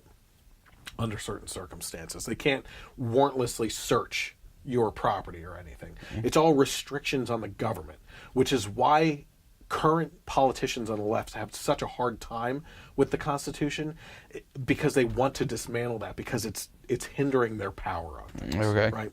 Now, in regards to this type of question, the reason why it's important is we get to see where this person that you're asking on the date lands on freedoms and liberties and their actual knowledge for the reason for the documents, okay? A lot of people happen to think that these are old, outdated documents that don't hold any relevance anymore. I was just going to say, wrong answer. This was written by old slave owners. Yeah. It should be an evolving document, and we don't live in those times anymore. It's got to be fluid. Yeah. I'm out of here. Well, the reason why that creates an unstable environment for the United States, because if we dismantle the foundation of our country, we leave it open to government coming in and becoming a monarchy over us. Okay, for things like Bernie Sanders' socialist policies to overcome what is already there as a floodgate to stop the government from doing those types of things to us. All right, That's so why they're so important. So since you responded in a calm manner after I threw water in your face, I'll give you another chance. All right. Question 3. Are you a religious person? And what are your thoughts on the Bible and Christ? So, if I was on the state, you would want to answer this truthfully, right? Mm-hmm. Because I'm a Christian. I believe that the Bible is written by the inspiration of God through men, and that every word is true. And that includes, it took a long time for me to get over the fact that the stories like being swallowed by a whale or a big fish and everything, Jonah, you know? But if that takes a leap of faith, right? Mm-hmm. And there's so many things for people on the left to take a leap of faith into what they believe. Yeah. I mean, the Big Bang Theory has been proven wrong, you know, over the last couple of years, but the scientific community didn't come out and actually say that because it would ruin the whole foundation of a lot of the things that they were talking about. So it's good to be upfront and honest about this type of thing because you set yourself up for future big arguments if you don't. Yep. The other reason is, too, what I wrote here is that Christ is a real person, and that's a fact. If they consider this fantasy, you can be sure that this person is not very bright and was a cookie-cutter example of public education unable to think for themselves. Do they at least respect the Bible? If your date thinks that other religions deserve respect and that the LGBT community's beliefs should be respected and that respect extends to everyone but Christians, leave the hypocrite before the appetizer. Makes sense. All right. I need more wine. Right. Yeah. We're back at Olive Garden, right? Yes, of course. Okay. Breadsticks and I salad. I can settle for Carrabba's. Okay. You know. I haven't been there in forever. All right. What do you think about free speech? Should that include all speech, including what some consider hate speech? Yes. Free speech is extremely important because without the protection of all speech, especially the speech that you disagree with the most, you open up the floodgates again to a slippery slope situation where if at this point in time a majority of a party rules and believes that a certain thing is a hate speech, the pendulum always swings in the other direction and another party assumes control, and that party may, in retaliation, say that this other speech is hateful speech. Yep. And you get into a back and forth war that just progressively makes things worse, right? Which is exactly why I think the left was shocked when Trump took over, because they're like, oh my gosh, how does this guy have so much power over us right now as a president? Well, it's because you bloated the government under Obama. You know, you were okay with Obama holding a mass amount of power as the president without realizing that power was going to eventually switch hands. Yep. So freedom of speech is extremely important in all situations because it opens the minds to different sides of arguments and allows you to critically think out situations. Yeah, people have to kind of get over the fact that speech is some form of actual physical violence against them. Yes. You know, like it's crazy. I said here, any answer that doesn't extend to protecting speech that you highly disagree with is a major warning sign. All speech should be protected, especially that with which you disagree with the most. Yep. All right. What do you think of firearm owners and those that carry when out and about? Well, going back to the founding documents, one of the most important things is the Second Amendment. I think they probably put them in order according to what they thought was the most important. That was the second one, right after freedom of speech, right? The funny thing is I just posted a meme the other day. I think you may have liked it or something, which was that the founding fathers didn't put the Second Amendment in there for protection against deer, the deer population or something like that, which is, you know, it was against a tyrannical government, you know?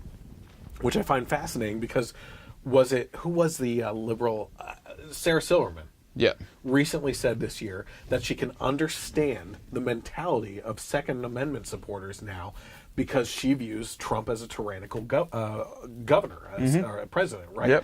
And how that can scare a person. I'm not dismissing her fear, okay? I'm sure that she fears someone like Trump, just as we feared someone like Obama being in power. You know?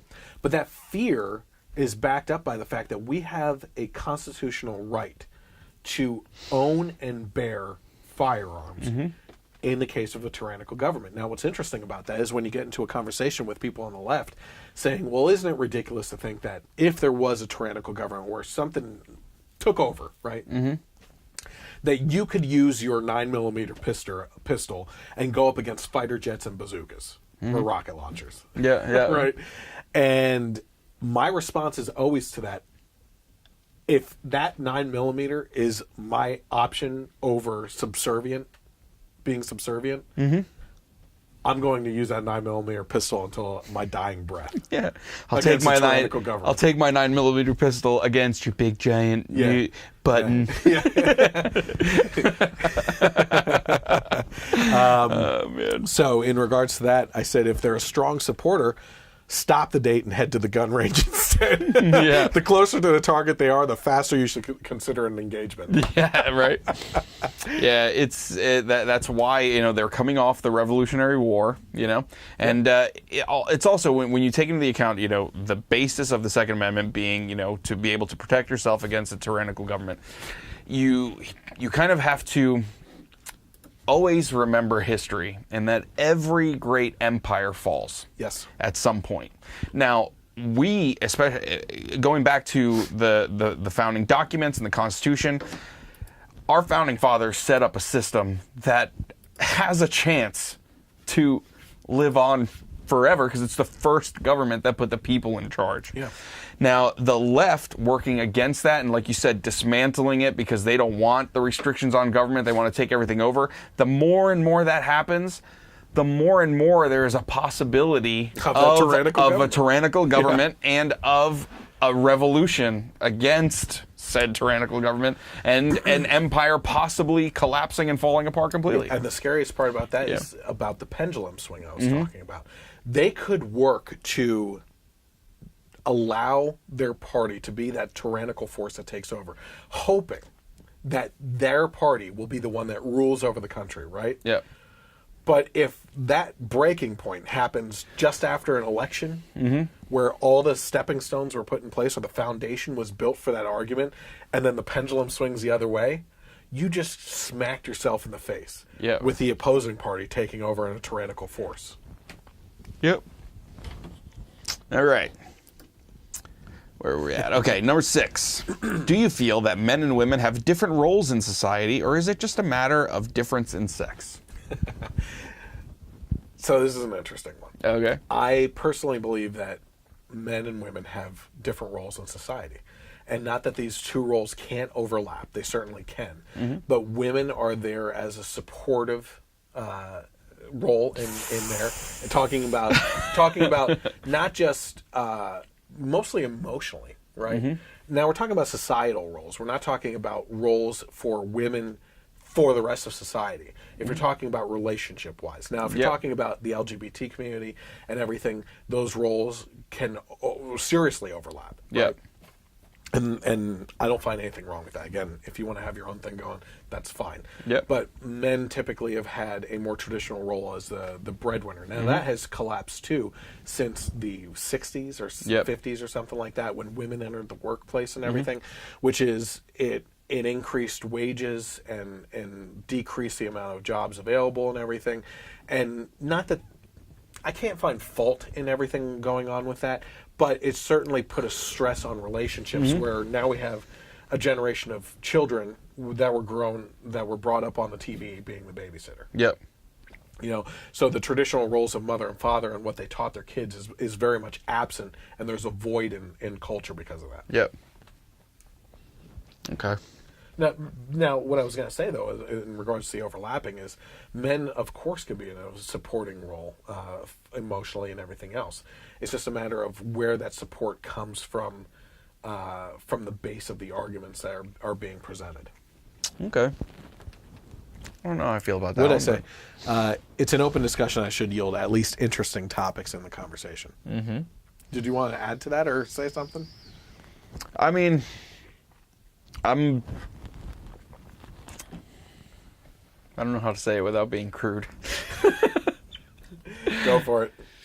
I want to get away from the pussification of men. Yeah, absolutely. Like we talked about it earlier. And there's nothing, and the villainization of women who aren't totally gung-ho to work and be independent and everything like that. There's nothing wrong with women that want to put everything into the most important job that there is, which is raising your kids. Yep. You know, and there's nothing wrong with women. They can argue that all they want. It's the truth. Yeah, and there's nothing wrong with women that do want to work and be independent or anything like that. Like we both have daughters, you know, and if our daughter wants to aspire to be the best mom in the world, that's great. If they want to aspire to be the CEO of a Fortune 500 company or the first female president, that's great too, as long as they are Republican. Yeah. So I actually saw an interesting, because you know your one daughter's name, right? Yeah. I saw it was a Dave Ramsey video actually, where someone was at the studio and brought their kids, and they had two daughters named Reagan and Kennedy. I was like, okay. Maybe parents are split here, or they just thought it would be kind of cool, which is kind of cool. But what's interesting about that, and what a lot of people on the left don't want to recognize or accept, is that if you look at Robert Kennedy, or JFK, JFK's positions on things, along with Martin Luther King's positions on things, they would very much fall to the right of middle. Today. Okay, because the left has gone that far left. In modern times. Yep. I mean, he was a devout Catholic. Yeah. And Martin Luther King was a reverend. Yeah. Yep. I mean, they were both against abortion. They would not be good Democrats now. Yeah. All right. So, what are your thoughts on global warming?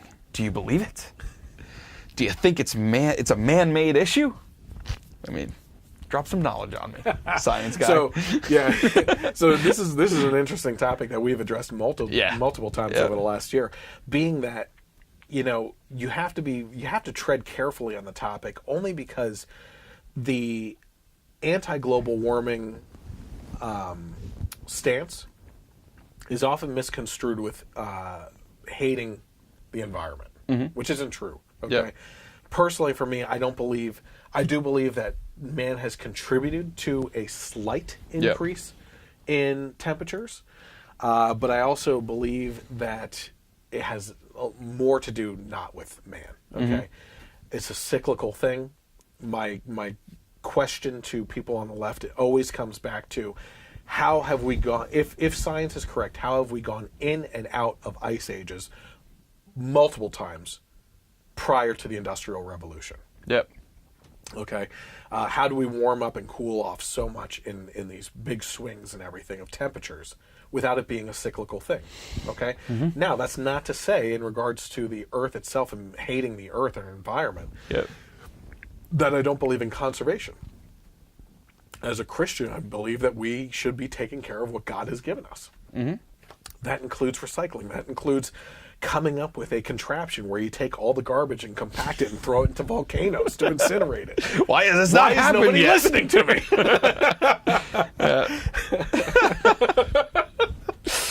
Why aren't these conveyor belts being built? You're not going to let it go until it happens. Oh man, that's great. So yeah, I mean, just because you're skeptical of global warming or climate change doesn't mean that you are anti-environment. I mean, it's nuts. What I say is, recycling is fine, conservation efforts are great, but you are dealing with someone who thinks that sterilants should be added to the water to prevent population growth. Then you should probably know that. Yeah. Because that's what John Holdren, the science czar of Obama administration, did believe, wrote about in a college textbook and taught in his class, was that the Earth is becoming so overpopulated that it's a danger to the environment, and we should be putting sterilants into the water systems and not allowing people to have babies. Yep. Which leads us to our next question. All right. So, are you pro-life or pro-choice? Firmly pro-life. There is no exception. And, you know, I've listened to so many great arguments from Steven Crowder lately. Yep. From, we were just talking about him, Ben Shapiro. Yeah, yeah. Right. They just annihilate this. Personally, for me, I have many life experiences that have shaped my my point of view on this. I am essentially the product of a rape. Yep. My grandfather was a direct product of a rape, and without that birth being allowed to happen, there would be 26 less people today that were the offspring of that situation. According to that science guy from Obama, that would be a fantastic outcome. Yeah, they would see that as a great thing.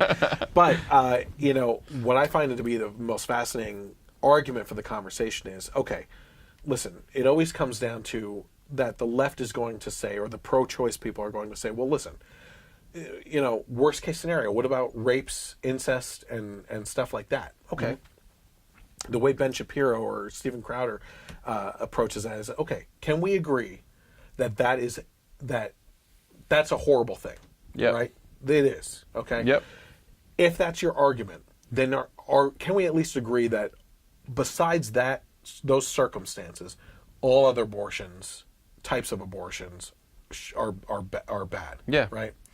And the pro-choice people typically say, well, I agree it should be rare or whatever, right? Mm-hmm. Well, why should it be rare? Ben Shapiro would say. Why do you think it should be rare? If you're okay with it, if you don't feel that it's a life, why should it be rare? Yeah.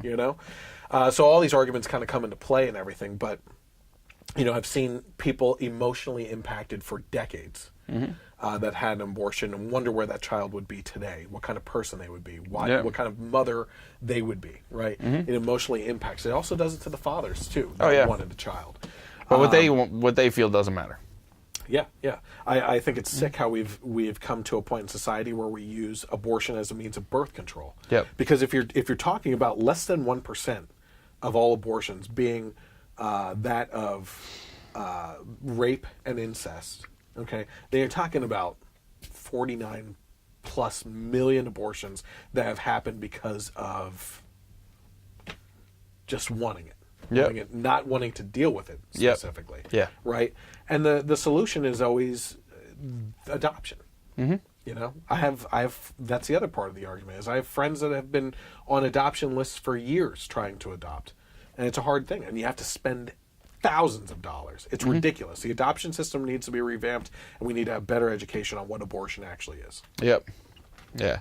And I just said the other big argument is it should be up to the woman to choose what to do with her body, but they're totally dismissing the fact that there is a separate body that is just being destroyed for what? Again, Ben Shapiro's argument on that is, okay, is it okay for me to stab you in your sleep? Right? Well, no, because the guy said I'm a sentient being. Yeah. Okay, is it okay for me to stab you if you're in a coma? No, because I could possibly wake up. Right? Yeah. Well, yeah, I could possibly. You could possibly wake up. A fetus could definitely be born. Yes. I mean, it's ridiculous. Yeah. So, yeah.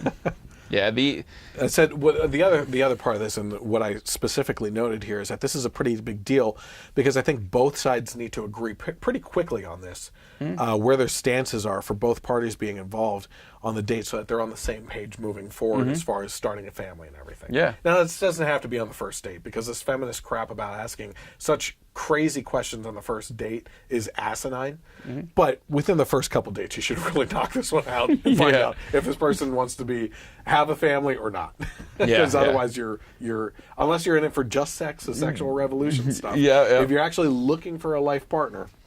I think if that's what you're in it for, you're either really committed to these questions or you would have made it past question 3. True. 3, what was my third question? A lot of effort. No, I was just picking it. But the other, what was I going to say? One thing that he had mentioned before, too, is coming up with legislation because of anomalies, right? So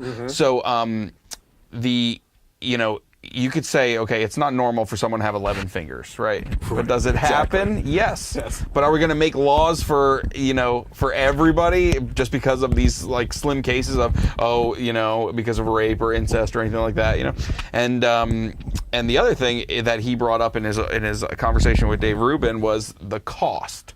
Dave Rubin brought up a personal story of his. He had a friend who was just like, we just couldn't support the cost. It would be too expensive or anything like that. He's like, well, if you have a 2-year-old child and you're realizing they're too expensive, does that make it okay? Do you just throw them off a bridge? Yeah. No, it doesn't. You know, and the other thing is, a lot of people that say, I'm not ready to do this. No one is ever ready. No, you just make it work. work. No matter how much you do up a nursery and everything, you are not prepared to have a kid. Trust me. Okay, it takes you by surprise. It turns everything upside down, and you have to rearrange your life and how you live it. Yep, absolutely. All right. What kind of short-term and long-term goals do you have? Oh, imagine a question like that.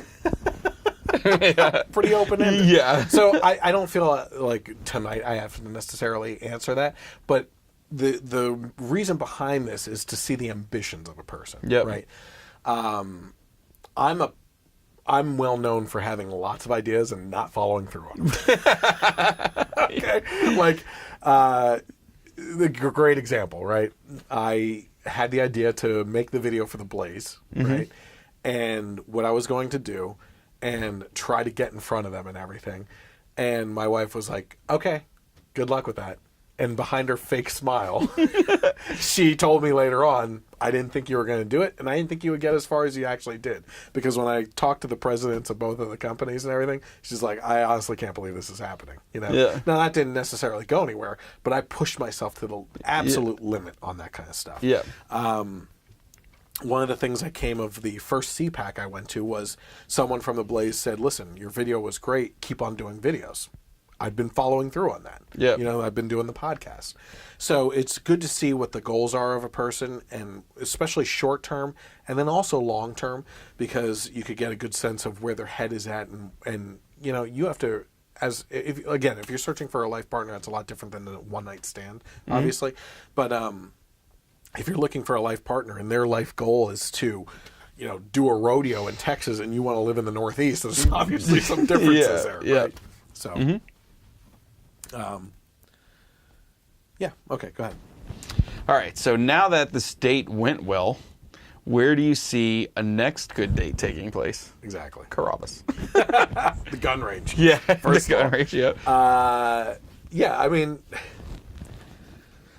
it's a good setup. First day is a good setup for getting some of the formalities out of the way and everything, but you know, it's what I said here is if you and they have lasted this long through these type of questioning, then I'm guessing that you fall in line with each other, have a little fun, and actually date instead of the person on trial like these wicked feminists. Yeah. You know, so talk about, what's next? You know, like, what can we do next? That might be the next date right after that. Yeah. You know, you're out to dinner, maybe you want to go bowling or something. Yeah. Have fun. Yep. That's what dating's about. Yeah. You know, and we see this very differently between those people that are looking for one-night stands and those looking for long-term relationships. There's different outcomes there. But... Yep. So 2 questions that I would consider throwing in here. Now, these are obviously, when you think about asking these, I feel like they're way too deep for a first date, but all of this is. All of this is. Yeah. So we're just going with it. I think you could casually bring up some things, subsets of these to get a good idea of where you think they're going to end up, and then hit them later with that. You know? So 2 things I think would be a good thing to find out early on in the relationship anyway. Yeah. Is how they handle finances. So, yes. It's a big part of a horrible person on that one. Yeah. Because I rely on and my I'm a wife. horrible person asking it. Yeah. I rely on my wife for that. And the ongoing joke, which isn't very funny, is if I was in charge of the finances, we would live in a box with great toys. Yeah. So but the program that she put us on is very close to what you've discovered in Dave Ramsey with the system that he uses. Yeah, the baby steps. Yeah, she uses a similar system and budgets out. So we typically you could put a savings account in there to add to, but typically you're paying ahead of time for upcoming months of bills and everything else, so that if you ever get in trouble, most of it's paid for. You just kind of bring him back on that to always be ahead of that's the one curve. thing that he talks about as well, called sinking funds. Yeah. So if you have a bill that comes up, like let's say your taxes on your house, so they're not in your mortgage or whatever, it's something you only pay once a year, and it's $12,000 or whatever, then you know, okay, I'm going to invest $1,000 every month, and then when it comes, it's there. So there's that, and then also the emergency fund and all that kind of stuff. But I think just, that's definitely a good thing to get on the same page with when you're starting to meet someone, especially if you think it's getting serious. What are your finances like? How much debt do you have? Are you fiscally responsible, fiscally conservative? Things like that. Another thing, second question is I would want to know about your family background. What's your background? Are you close? Do you get along with them? Things like that. Just brothers, sisters. Yeah, that's extremely important. That's extremely important because I gotta tread carefully here, man. When you get married, if there is a disconnect in relationship terms between them and their parents, or I think another important step into that is also making sure through the process that they are comfortable with your parents. Yep. Okay? Because, I'm not talking about mine specifically, but just so many marriages. The most heated contention among the couples is, I don't trust your parents. The in-laws. Trust my parents. Yeah. They hate each other, and it's like, you can't get anything done. You know what I mean? So that's extremely important to figure out. Yeah. Whose house are we going to for Christmas? Yeah. So. Oh, boy. Yeah. No. Good ones. Conservative questions. I like it. Yeah. I like it. Okay, so BuzzFeed recently released a video entitled "These Are the 17 Badass Women of 2017 You Probably Didn't Hear Of." So their list included, and I'll throw the video into the YouTube version of this and everything, Danica Rome, who is the first openly transgender person to be elected to the Virginia legislature. So, on the heels of Caitlyn Jenner, we are once again proving that men can do women better than women can do women, on this badass list. Okay? Right. Noah Jansma. She's a 20-year-old who took selfies with all of her cat callers. So catcalling is immature and annoying, and says more about the caller than the called. I actually thought that this was actually a pretty cool thing. Yep. That she did. But I would also have to say, it's better to be called out for being attractive than the alternative, and I would know that. Yeah. That's hilarious. We have Francia Reza, who saved her best friend's life, that being Selena Gomez, by donating a kidney to her. And I said, you know what? Good for her. Yep. It's a pretty awesome thing. It's a heroic thing that made the news, or made the rounds in this case, because of Selena Gomez being a popular Hollywood figure or singer and everything else. But the fact of the matter is that these types of heroes exist everywhere, and it happens every day. Yeah. And those people are all heroes. And to both genders. Yeah, absolutely. All 58 genders. Yeah. The Nigerian bobsled team, which is the first African bobsled team to take their country to the Winter Olympics. Good for them. That's awesome. Yeah. You know? I'm sure that watching Cool Runnings is involved for daily inspiration. I don't care unless they have a movie with John Candy. No, I think it's awesome. Melissa McCarthy. Yeah. Melissa McCarthy. Yeah. Cool Runnings too. Yeah. I think it's, listen, all jokes aside, it's pretty awesome. Yeah, it is. When you're able to take a situation like that where essentially you can't practice for it in your country and make it work, that's pretty cool. Yep. That is pretty cool. This is where the list starts going downhill a little bit. Yeah. Mayor Carmen Yulin Cruz. Why aren't they sending us any stuff? Pallets and pallets of supplies right behind her. And relief efforts, In the aftermath of Hurricane Maria, the mayor of Puerto Rico criticized President Trump in his relief efforts. Gonna have to call foul here. First of all, the efforts were hindered like we have never seen before in the midst of mass chaos by multiple hurricanes that hit the United States. Also, this woman hoarded supplies and lied to the people of Puerto Rico and refused to attend relief effort meetings, according to other mayors in Puerto Rico who called her out specifically and said this mayor is not showing up to the meetings. So who is she? Why is she famous? Because she was anti-Trump and criticized him on the relief efforts, while all the other mayors of Puerto Rico were actually doing their jobs, getting things done, showing up to the meetings, using the relief efforts like the pallets of crap that were behind her. Yeah. Okay. This was someone who was putting her political career ahead of helping her people of her city. Yeah. And the other part of that whole thing is the fact that, again, you can't compare relief efforts for Puerto Rico to that of Houston and Florida. When you could drive semi-trucks to those places, you can't do that. Plus, there was this whole law where you had to go to the mainland first and then to Puerto Rico, which Trump got rid overturned of. Yeah, overturned. Yep. So good on him. I think he did a fantastic job in all the relief efforts, especially for mass chaos at the time. You're talking about Hurricane Harvey, Hurricane Irma, was it? Irma, yeah. Right, in Florida, same one that hit Puerto Rico, I think. I think so. Yeah. No, that was there was another one. Maria. Yep. Hit Puerto Rico, and then at the same time you had the Vegas shooting. That all happened in the same period of time. Yep. So it was just a crazy time. Okay, Michaela Holmgren, the first woman with Down syndrome to compete in the Miss USA pageant. Personally, I find this really awesome. Yep. Okay, I think this was top of the list. Yep. It's an awesome thing to recognize.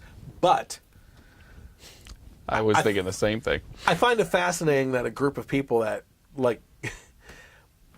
that support aborting babies because they have Down syndrome alone would put this on a list. Yep. I mean, it's pretty incredible. You know? The next one on the list was actually multiple people. It was all the women who shared their Me Too stories, #MeToo.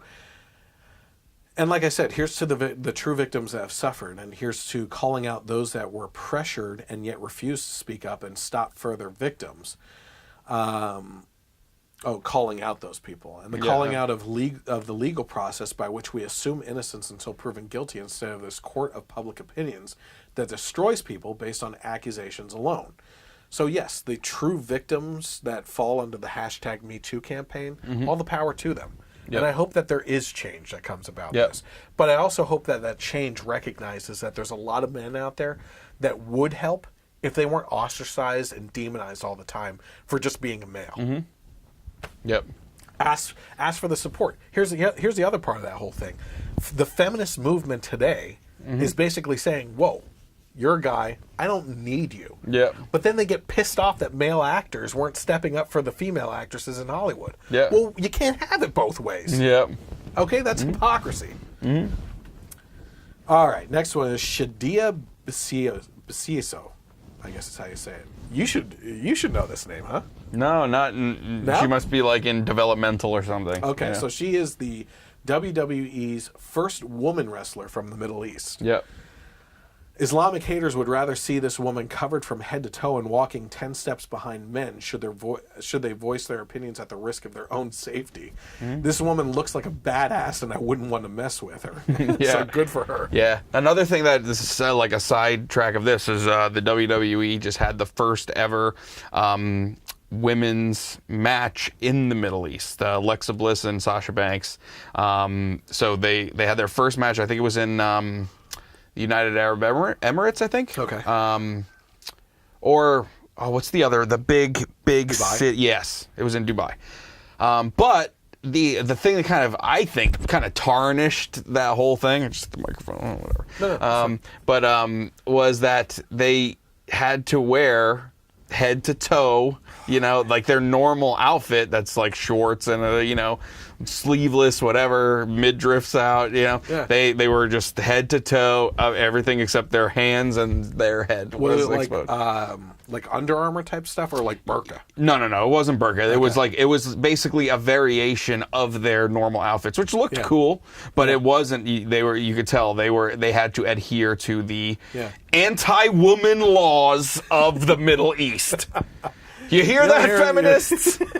You don't hear them complain about that? No, you don't. Han Omar, who is the first Somali American Muslim woman to become a legislator. So, I said to her, great, congrats to her for pursuing this dream. I'm taking a stab in the dark here that since Nikki Haley, Carly Fiorina, and other Republican women aren't on BuzzFeed's list, that this was a Democrat. And I'm right. Yeah. I support dreams. Yeah. There you go. Pursue it if you want. Yeah. Also, this is one that got me. Another one. Yeah. The beauty queens who gave out facts about women's rights as their measurements for the beauty pageant. It was Miss USA or something like that. Mm-hmm. So wait a minute here. Are these women sick of being objectified when they have made it a career choice to enter an arena where their job is literally based on their beauty? Yeah. I mean, come on. Newsflash, ladies. No one cares about your stupid answers to your stupid questions. They just care about the swimsuit competition. I don't even know why they give measurements on those things. Yeah. It's like, that is kind of dirty. Yeah. Like, that shouldn't really matter, But, again, you're giving out women's statistics in different societies from different countries. And I think it was Miss World. Yeah. Yeah, because there were a couple other ones in there and everything. But they're giving out these statistics of women's rights being diminished and everything instead of their own measurements and everything. Mm-hmm. The measurement, I mean, again, your job is to look good. Yeah. So if you were so concerned about women's beauty not being objectified, you wouldn't be in that career line. The worst thing to happen to women's rights is toddlers and tiaras. That is the worst abuse towards young girls that there probably is. Mm-hmm. Not literally. Don't go crazy, internet. But I mean, you watch that show, it's just awful. What they're putting these girls through. Stuff. Oh my God, it's unreal. Next one up on their list was Susan Bro, whose daughter Heather Hare, I'm not sure, died when struck by a car in the Charlottesville protest by a neo-Nazi. Mm-hmm. Now, admittedly, this should make everyone sick. It doesn't matter what your opinion is, you have the right to voice it without succumbing to violent actions that will end up hurting or killing you. I don't know anything about Heather, but I do know that she didn't deserve to die because of her beliefs. I also know that the protest isn't a representation of binary choices in America. I have a feeling the majority of America neither sided with the neo-Nazis nor the Antifa crowds. It ended up being a crap show of hypocrites against each other that both wanted more government control to promote their own agendas. Yeah. So it's unfortunate that this woman died. Yeah, of course. It certainly brought more attention to the Charlottesville incident. Not in a good way. Yeah. Larissa Waters is next on the list, who is an Australian lawmaker who was the first to address Parliament while breastfeeding. Okay? So I'm guessing because the theory is that this is a natural thing to do with one's body and they shouldn't be ashamed. Not to be outdone, Bernie Sanders' next address to the Senate will include him relieving himself into a styrofoam cup because he's old and has an overactive bladder, and it's natural. Yeah.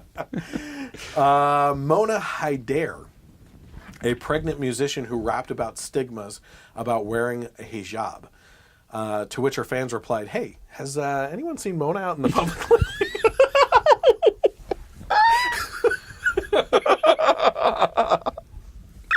Oh man, that's good.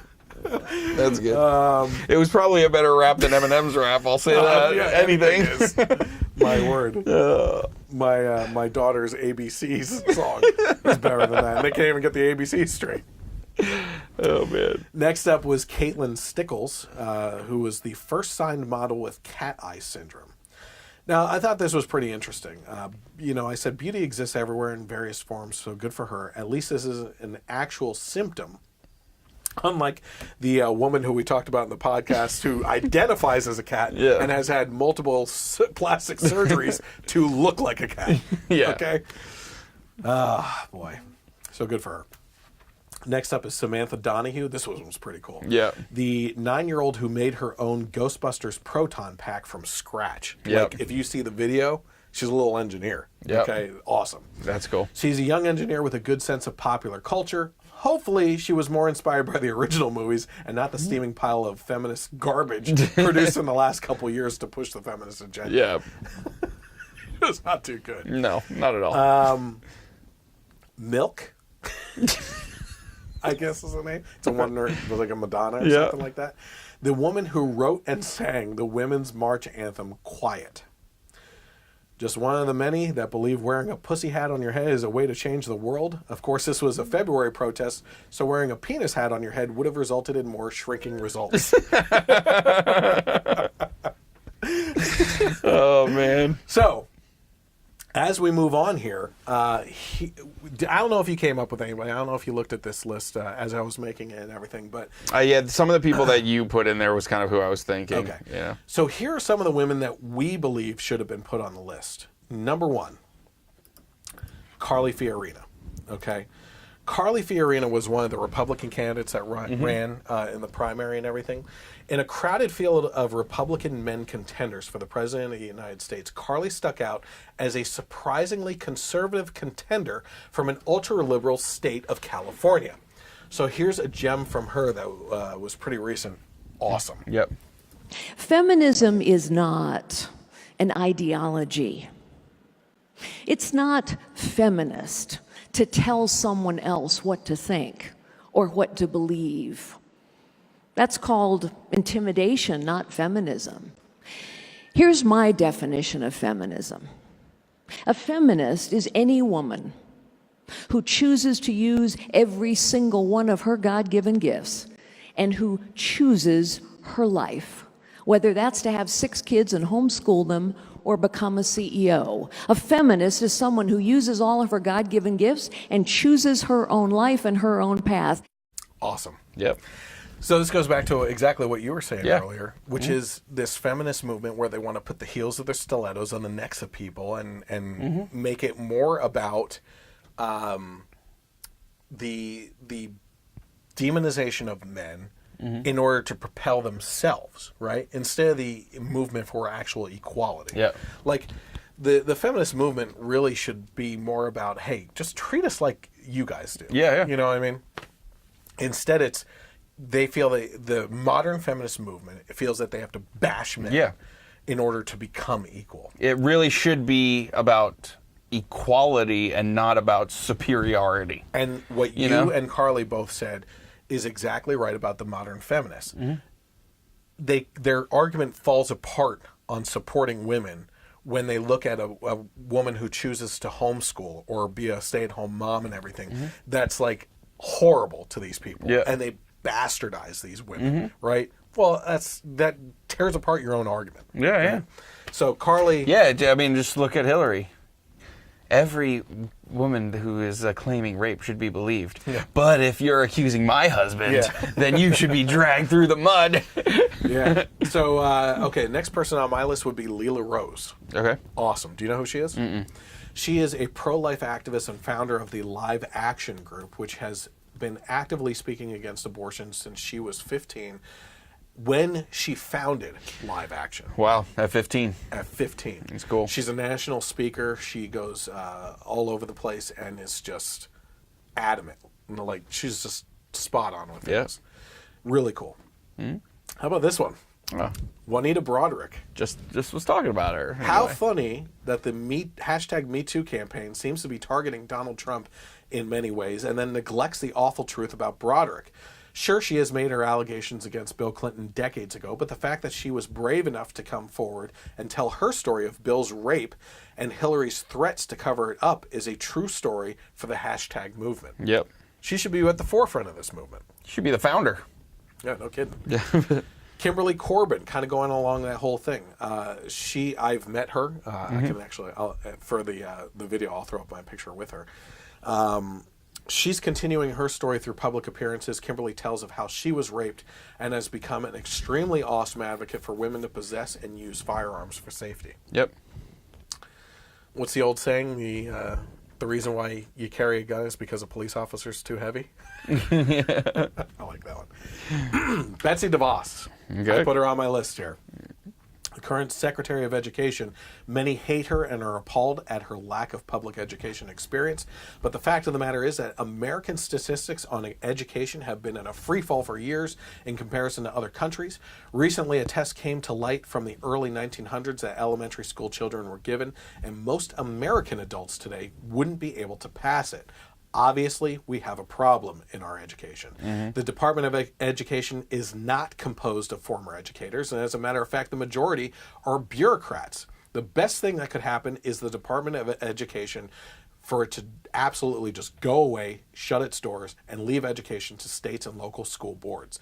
DeVos has experience with private schools, and maybe what we need is an outsider perspective, because it's obvious that what we're doing now isn't working. Yep. Kellyanne Conway, I think you would have agreed with me on this one. Yeah, right? I mentioned her too. Funny how the first female ever to successfully run a presidential campaign was left off the list of, of female badasses. Exactly.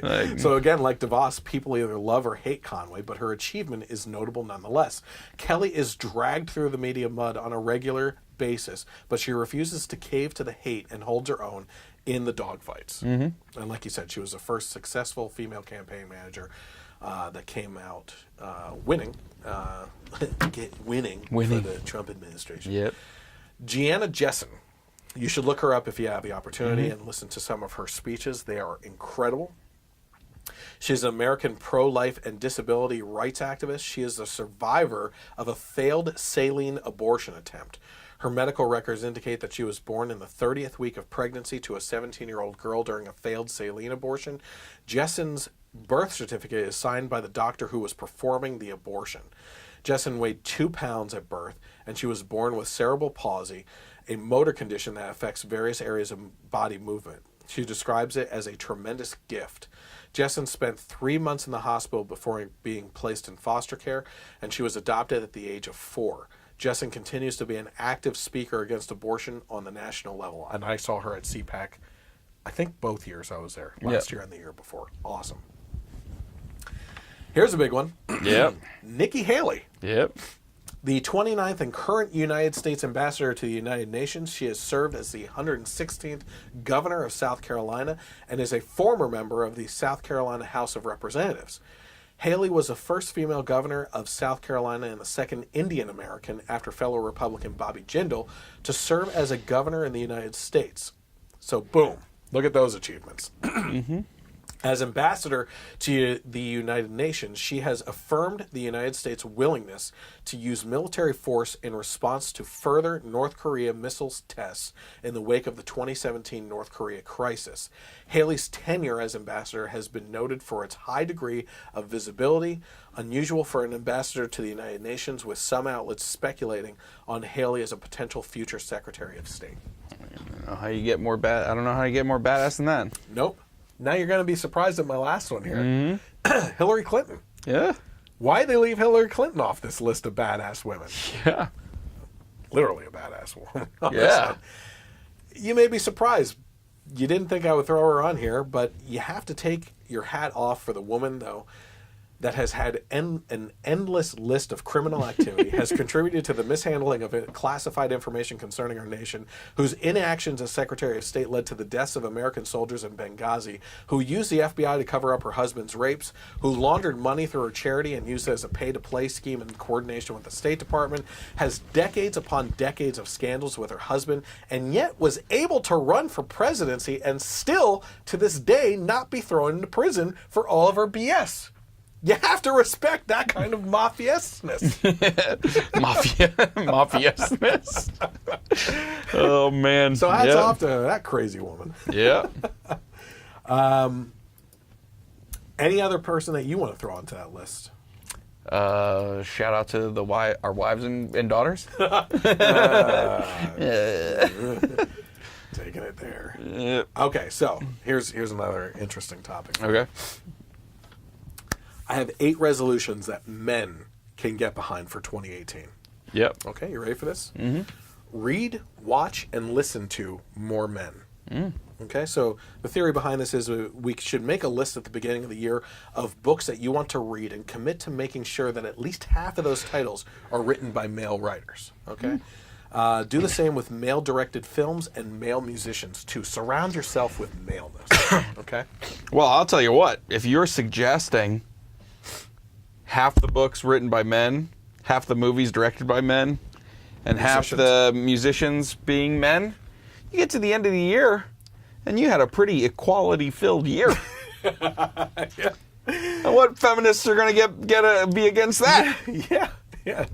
So, number 2, say no more often. Okay? Us men tend to take on an enormous amount of physical labor as a default. We'll take on the role of the breadwinner in almost any situation. But in 2018, let's stop making that a default and focus on doing the things that we truly want to do. Okay? There's only so many hours in the day, and if we aren't prioritizing the things that are truly important, we're just spending valuable energy in places that don't need it or deserve it. Okay? So say no more often. Okay. Yeah. I'll do that. Make peace with your body, Mike. What? Yes. Make peace with it. I did. Whether you're dealing with the dad bod, beer belly, or suboptimal body measurements, make peace with the imperfectly wonderful body that you have and treat yourself the way that you'd treat your BFF. It's not a perfect machine, but it is your machine, okay? The days of the six-pack are over. Focus on what makes you happy, not the women drooling over unrealistic expectations of women who want something more akin to Michelangelo's David. Okay? So just be happy with yourself. I am. No You problem. don't look like you are. No, I am. Spend more time with your bros. Okay? Men's friendships are basically some kind of ancient mystical magic. So make this year the year that you intentionally dedicate time to spending with them. Stop putting off that road trip and schedule a weekly Google Calendar appointment if you have to. By surrounding yourself with your bro gang, you'll be in for a guaranteed, truly amazing year. Just so you know. 5, support other men in your office, okay? Even if you aren't in a position of leadership, strive to recognize the achievements of the men around you and value their work. Take an intern under your wing or ask a more senior manager if they'd like to be your mentor. Remember that other men aren't the competition. They're our allies, okay? Number 6, push for small changes. We aren't going to take down the matriarchy all at once, but chances are that there's at least a few things you can tackle right now. Ask for a raise, collaborate with other men, or demand that your office supplies condoms and cigars in the bathroom. The good thing is that there are a million, at least, ways to push for change, and all you have to do is start by picking one. Yep. Number 7, speak up. Speak up and stand up for yourself and all men. Whether out of financial, physical, or personal risk, countless men around the world aren't able to advocate for themselves. It's up to the rest of us to speak up on their behalf. And the last one here, number 8. Accept that there's no such thing as a perfect man. And use that as a reason to constantly educate yourself. Now, we can't be men and only pay attention to the needs of affluent white men while leaving behind the needs of working men or men of color. That is, we can't be men without constantly challenging and educating ourselves. So let's make 2018 the year that we work on that even harder. Does this all sound good to you? Sounds good to me. So the question for you is, do you find this sexist and demeaning? If you're watching, if you're a woman. Do you think that this flies in the face of the equality movement? Because the fact is that I used a BuzzFeed article entitled 8 Feminist Resolutions that we can all get behind for 2018 and reworded it to be male-centered instead of female-centered. It's a trash article if you actually believe in the equality of sexes, and these people believe more in the dominance of men to right past wrongs than they do in the meaning of equality, and that is outright hypocrisy. This whole article was reworded. It was almost, besides changing things like condoms and cigars in the bathrooms, some of that kind of stuff I did. Oh, geez, what was it in the real article? Tampons and something else. So I went with cigar shapes. But the fact of the matter is that this was all written for women. Like, hang out with your girls more often and everything. It sounds completely sexist to them if they were to hear this whole thing up front first from a men's point of view. And then you find out the truth behind it. Oh, my God. Any comment on that? It's just, I mean, I'm not surprised. Not surprised at all. I saw after the first, after the second or third one, I was like, all right, something's going on here. He wouldn't just say these types of things. Yeah. Okay. Are you ready? Yeah, I'm ready. So, radio listeners, tune into the video for this one. You're gonna have to. Let's see how much time we have here. Okay, so we're not gonna get to the year in review tonight. Okay, we'll save that for another one, or maybe we'll make a separate video for that. Okay, maybe we'll do it after this, and we'll post that too. Yeah, that's fine. Okay, because it'll be a quick one. It's just amazing to go through the and list. See all the stuff that we went through this past year. But you guys will really like this. You'll laugh along. As Mike said, if you're listening to the podcast, be sure to find the podcast on the YouTube channel at some point, because what I did was I'm a huge fan of this game, Watch Your Mouth. Yeah. Right? And it's this game that comes out. It's a family game. Some of it has funny phrases that you have to say. And essentially, it's almost like taking this contraption. You want to use These are clean, right? Wider, yeah. The wider end goes into your mouth. Yeah. Okay, not yet. Yep. And it's almost like what you wear at a dentist for them to go in and fix your teeth and everything.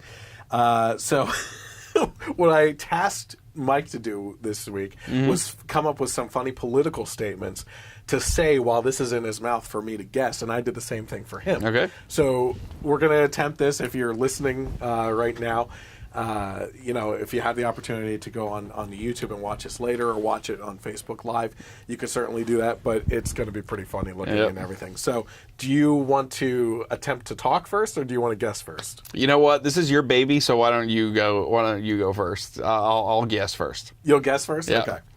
Okay. So I'm going to use some funny political statements here, okay? Oh, man. Okay. You ready? Yeah. So you have to guess what I'm saying. Yeah. You good? God. Okay. Pelosi parades in pink hussy costume. I'll say it again. Pelosi parades in pink hussy costume. Pelosi parades in a pink pussy costume? Yes, sir. Good job. Okay, you ready? Okay. Oh, do you don't want to alternate? You want to just run through your time? Yeah. I don't want to take this like alphabet. Okay. Pocahontas Warren smoke signals presidential run. Pocahontas Warren smoke signals presidential run. Good job.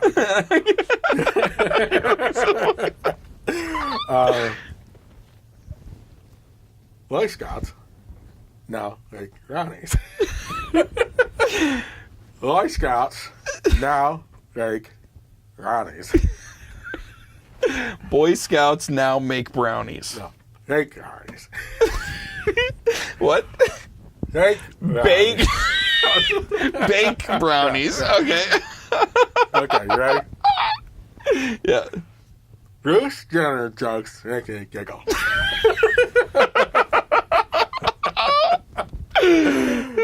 Bruce Jenner jokes make me giggle. Bruce Jenner jugs make me jiggle. Jokes. Jugs make me jiggle. Bruce Jenner jokes make me giggle. Giggle, yeah. Okay. Colorado Springs not Hoover. It's news fun. Okay. Colorado Springs not Hoover makes news fun. Colorado Springs mad pooper makes news fun. Good job. Oh, you're gonna like this one. Okay. Michelle makes Harry look puny. Go again. Michelle Just in case.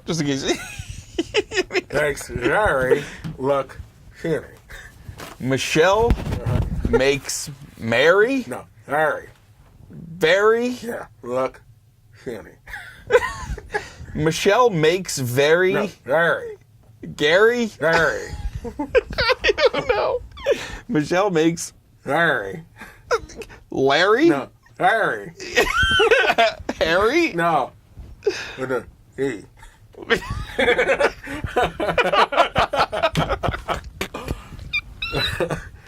Oh man, with a G? No. With a D? No. With a B? Yeah.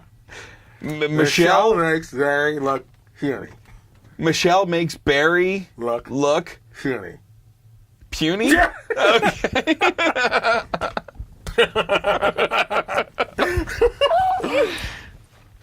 Russia funnels money via Clinton Foundation. Russia funnels money via Clinton Foundation? Yeah, okay. Uncle Harden jeans are on rods. Right.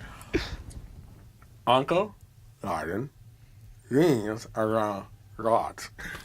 Uncle Biden Jeans. jeans? No. Jeans. Jeans? No. Jeans.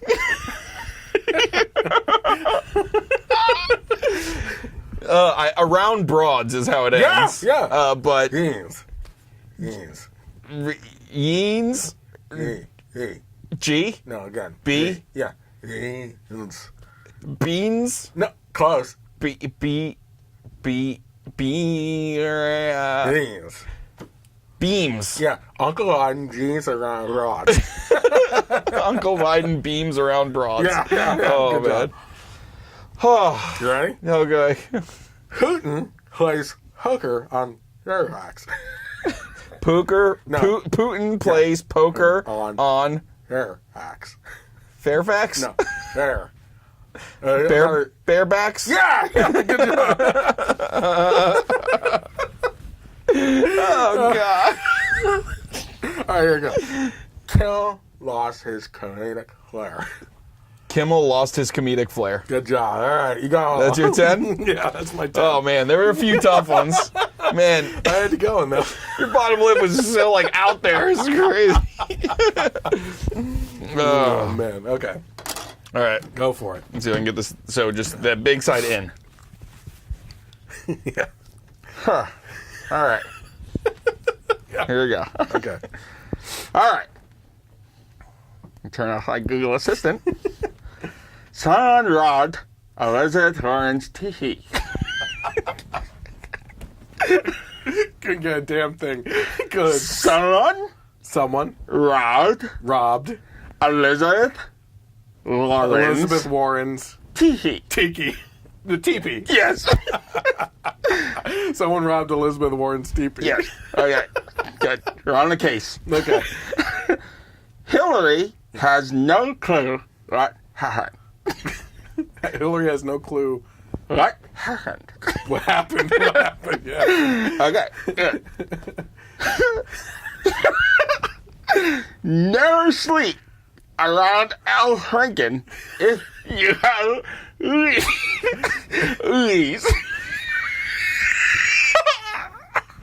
Never. Oh, God. Never sleep. Never sleep around Al Franken if you have what? Ooze.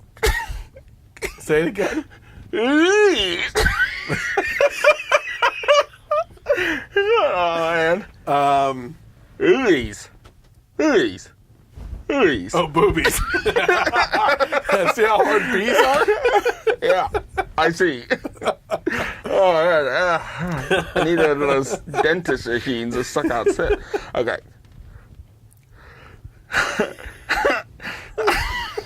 No means no, unless she's trans. No means no unless she's trans. She's She's trans. She's. Okay. Undocumented still means illegal. Undocumented still means illegal. Yeah. Oh, God. Oh, God damn. All right. Oh, goddamn. I said dang. All right. I need a break just from the spit. I need to clean this off. All right. Oh, man. Okay. All right, here we go. I'll finish this off. How many more do you got? However many I did. Okay, that's fine. You keep going. 10. I'll make up crap. I'll put it back 10 in. minus however many I did. Yeah. Okay. This is a long one. Okay. No one can top President Trump's paper towel jump shot game. No one can top President Trump's jump shot towel, paper towel jump shot game. Yes. Okay. I can't wait to get my tax return. I can't wait to get my tax return. Yes. Okay. 3 more. Still waiting on some proof on your Russia, Rachel Maddow. Slower. Still waiting on some proof. On some truth? No. Proof on Russia, Rachel Maddow. Still waiting on some proof. proof. Yes. Proof. On Russia. On Russia. Yeah. Rachel Maddow. Who knew preachy, elitist Hollywood was such a cesspool? Who knew Preachy? Preachy? Yes. Oh, preachy elitist Hollywood Was such a cesspool. Yes. Here comes Bernie Sanders, hide your wallet. Here comes Bernie Sanders, hide your wallet. Yes. Oh, okay. That was my 10. Good job. Oh man. God. Yeah, that's good stuff. You know, I'll incorporate more of this kind of stuff more often because that was pretty good. Yeah. Oh man. Bees are hard. Jeez. Yeah, the other game I want to incorporate, I think I told you, was the Jimmy Kimmel one, where it's actually a game that you can get, I think, too, where you put the headphones on, you blast music, and the person tries to talk to you, and you have to figure out what they're saying by lip reading what they're saying. Yeah. Oh, we could come up with some pretty funny stuff for that too. I was proud of never sleep around Al Franken if you have movies. Oh man. Okay, so let's see here. We have about 20 minutes left, so let's do a year in review. Okay. So 2017 year in review. Let's look at some of the things we went through. I put in some of the funny stories that we covered and everything, but by and large, it's just the crazy stuff that happened throughout the year. Technically, these are in order. I didn't put which months they happened in. But Okay. From the beginning of the year up until now. Right off the bat, in 2017, the 18-year-old Muslim student got caught faking a story that she was attacked by Trump supporters. That turned out to be fake, obviously. Yep.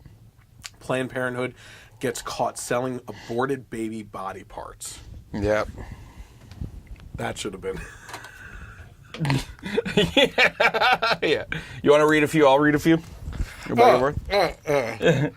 Planned Parenthood gets caught selling aborted baby body parts. That's a tough one.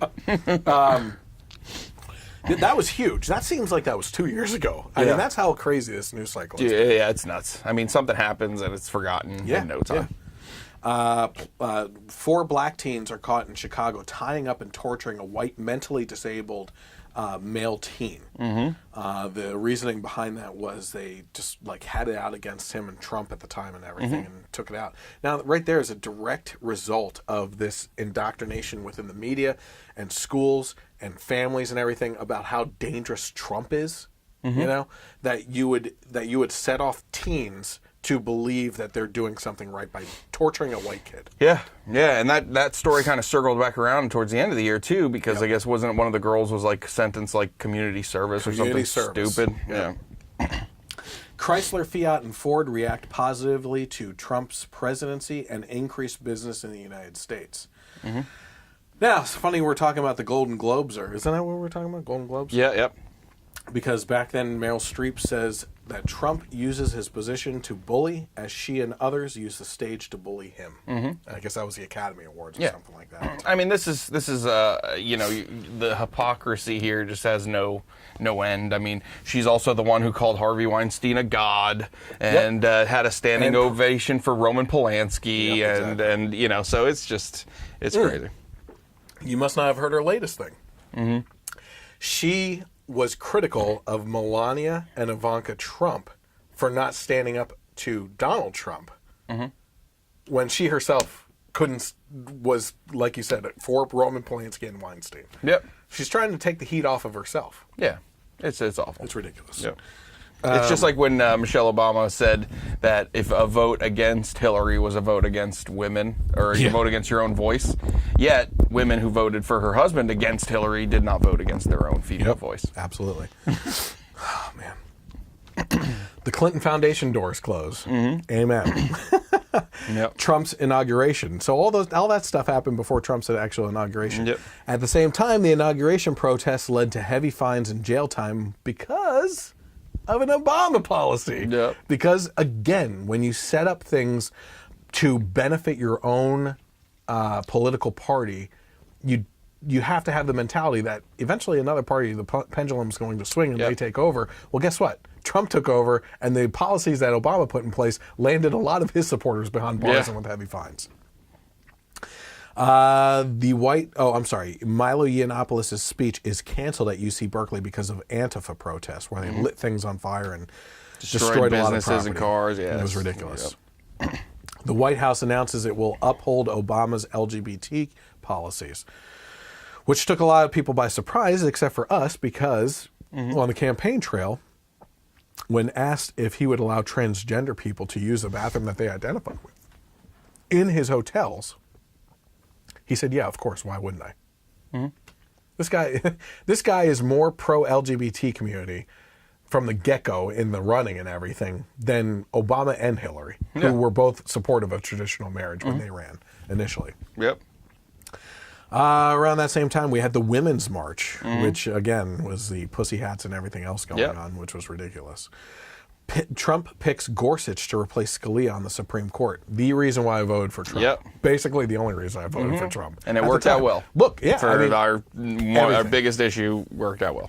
I voted because I felt that the Supreme Court was more important than the presidency, being that it's a life term versus 4 years or potentially 8 years. Okay.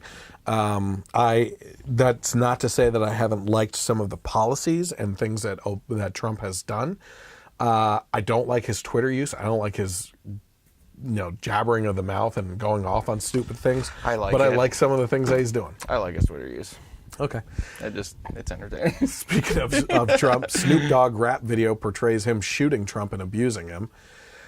Gorsuch then gets grilled by the Congressional Committee. Tommy Lahren is suspended at the Blaze. That happened in March, so this is around the March timeframe. Elon Musk warns that the AI revolution could end mankind. Here we go. Mike Pence is ridiculed for having a policy where he won't meet with women alone. This is all prior to the #MeToo campaign. Gorsuch is confirmed into the Supreme Court. Syria attacks its own people with chemical attacks. That seems like years ago. That was a huge story this year, but instead it's more about the Women's March, which shows you where the media's priorities are. A girl, Sydney, fights for the Boy Scouts to allow girls into it. Back in the spring. You would think a fight like this would take a long time. It did not. Apple announces a $1 billion investment in the American economy. Then we had the Manchester terrorist attack. One of my favorite stories from the year, and actually one of the ones that gets the most attention on YouTube right now. A millennial woman has a meltdown over the Confederate flag rug hanging up in a store. Here's another one that was big news this year. Kathy Griffin gets in trouble for a photo shoot where she's shown with a beheaded Donald Trump head in her hand. Kathy Griffin commits career suicide. For a photo shoot. And then wonders why pretends that she's a victim. The left loses their mind over Trump wanting to pull out of the Paris Accord. The Paris Accord being the environmental agreement between countries and putting forth financial contributions, of which America had the most in financial funding for it. By far. You also had the Evergreen University Vigilante Group. Which is hilarious. God. That turned on its head, too, because the college got sued for a bunch of things over that. But this is basically a bunch of students that were social justice warriors that looked like a motley crew of the rejects of the Joker's clan, going around with baseball bats chasing around anyone that they disagreed with, especially politically. Bill Maher gets in trouble for using the N-word when he said to Senator Ben Sasse, whoa, I'm a House N-word. And then he was surprised that it backfired on him. Right. Bernie Sanders attacks Trump Trump's appointee for being Christian. That was a big deal. Yep. That should have been a bigger story. But basically, Bernie Sanders said that the guy was unfit to serve in office because he was a Christian. Yeah. It's crazy. Otto Warmbier was released from North Korea, a hiker who was over there.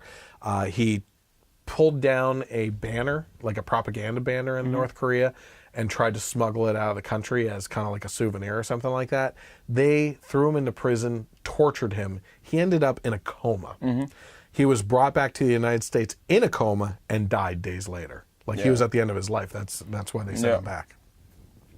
That's a declaration of war, if you ask me. Yeah, it's crazy. I just recently watched a documentary on North Korea about Laura Ling, the reporter who was caught over there too. They were on the South Korean side, like where there was a river border. Are you familiar with the story at all? Her and a colleague, a photographer or whatever, and they were photographing into North Korea. North Korean military guys came across the frozen lake, grabbed them, pulled them back, and then arrested them. And then Lisa Ling, who was a big reporter here, she was her sister, and they basically, the whole story of trying to get her out, basically Bill Clinton had to go over there and like just kind of negotiate something to release them. Not Dennis Rodman? And not Dennis Rodman. But what happened was, they said the whole time they were there, are you spies for the Americans? The Americans, it's all about the Americans, and we got to be better than the Americans and have more nukes than the Americans, and all this stuff, and it's just nuts, you know? Oh, unbelievable. So. Bernie Sanders' wife comes under federal investigation for her involvement in the Burlington College, which is, she was basically given a president position. Bankrupted the school. Yeah. It went under, and she got a golden parachute on the way out. Unbelievable. Yeah. This was heartbreaking. This was, I thought, it was a tough one for us. All year. We covered this for I think 2 months, 2 or 3 months. The Charlie Gard story out of England. Or basically was this child. They just, the government killed. Essentially, they wouldn't allow him to get the care that he needed, that he could have gotten here in the United States when doctors were saying that they would do it here, pay for it. I mean, these parents had everything lined up for him, and the government refused to allow him to leave the universal healthcare system because it would prove that the universal healthcare system was a mess and that they couldn't handle cases like this. Kind of going back on his stuff for the LGBT community, Trump tweeted that transgenders are not welcome in the military. That was a big one for the left. MTV caves to social justice and renames the Moon Man Award to Moon Person Award. Oof. California, I missed that one. Yeah, California proposes jail time for using the wrong pronouns. Newsweek attacks Melania Trump for wearing high heels, of which Politico later, within weeks, also attacked her for the same thing. You had the Google manifesto. That was huge. Yep. And it's coming around again now. It is, because he's suing because they're biased against white conservative males. Yep. They refused to hear him, and they fired him. Right after that time, I think this was the same podcast, actually, we had the Charlottesville protests and the death of the woman that we mentioned earlier. Yep.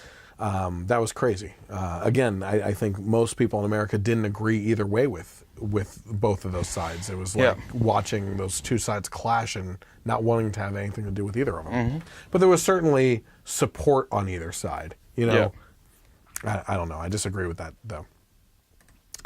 You also had CBS, who praised Iceland for aborting Down syndrome babies. Essentially, they wrote a news story where they were saying that Iceland has a 0% birth rate of Down syndrome babies because they're aborting them all. Yeah. How great of a thing. We found the cure. Oh my gosh, Idiots. it's so bad. Yeah. Then Hurricane Harvey hit in Texas and destroyed We should use the same Houston. cure for liberals. I won't go there. I'm not just joking. Hurricane Harvey hit. So right after that, Tomi Lahren announced that she will be working for Fox News. I think you and I are both not fans of Tomi Lahren.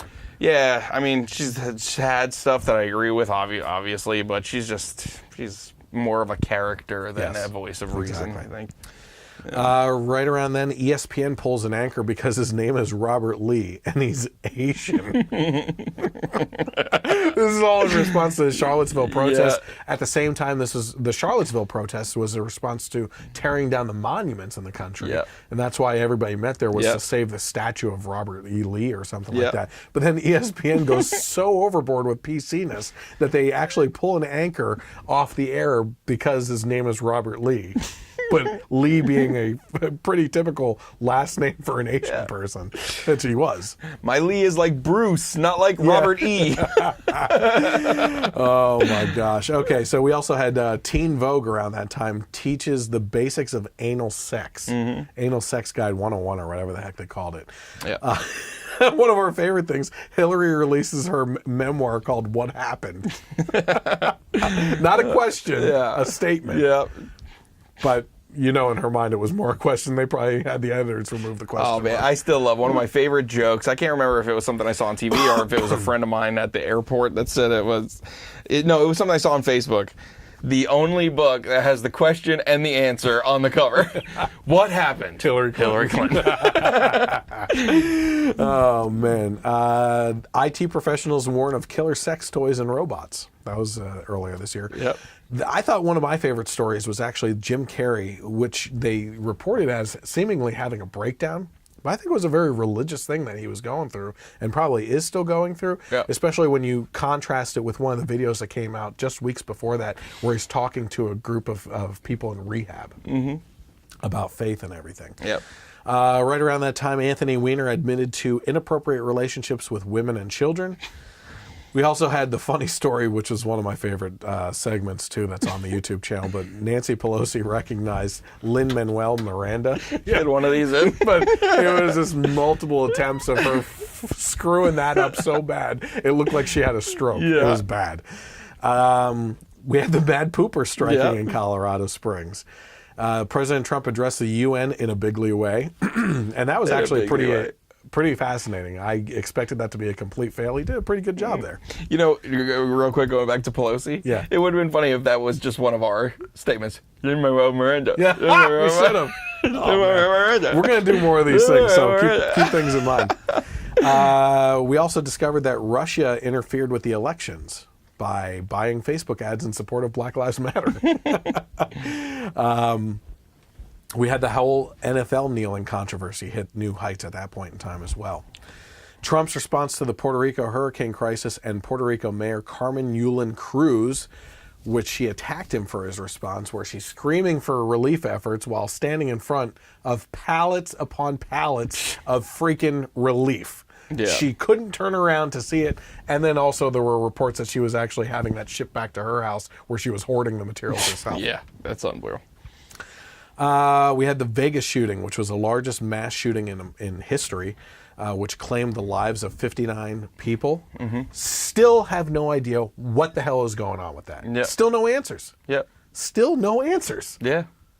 All this stuff we get for days on end, an endless news cycle, 24 hours a day, and we have no details on this. And they've been covering Russia for a year straight. Yeah. Still no answers. Yeah, no kidding. Two separate things. Still no idea what's going on. Hey, and like I said, Boy Scouts now allow girls. Yeah. So it didn't even take a couple of years for Sydney to screw that whole thing up. I'm still hoping that they put together an organization for girls to do the same thing like Boy Scouts do. Call it Girl Scouts. It would just make sense. Yeah. Here's your favorite one. Oh no, I'm sorry. That's the next one. California decriminalizes intentionally spreading the HIV virus. They're basically saying what it was, and it made sense, was if you intentionally sleep with someone with the intent to give them HIV, it was a criminal act. Yeah. It's killing someone. Yeah. Okay, but now because I guess it's partly treatable or something like that, they decriminalize it. So now if you intentionally do it with the intent of giving someone HIV, it's not a criminal thing. Basically, between abortion and this, if sex is somehow involved with murdering someone, it's okay. Yes, seriously. And like I said, your favorite one here, Eminem freestyle raps against the President Trump.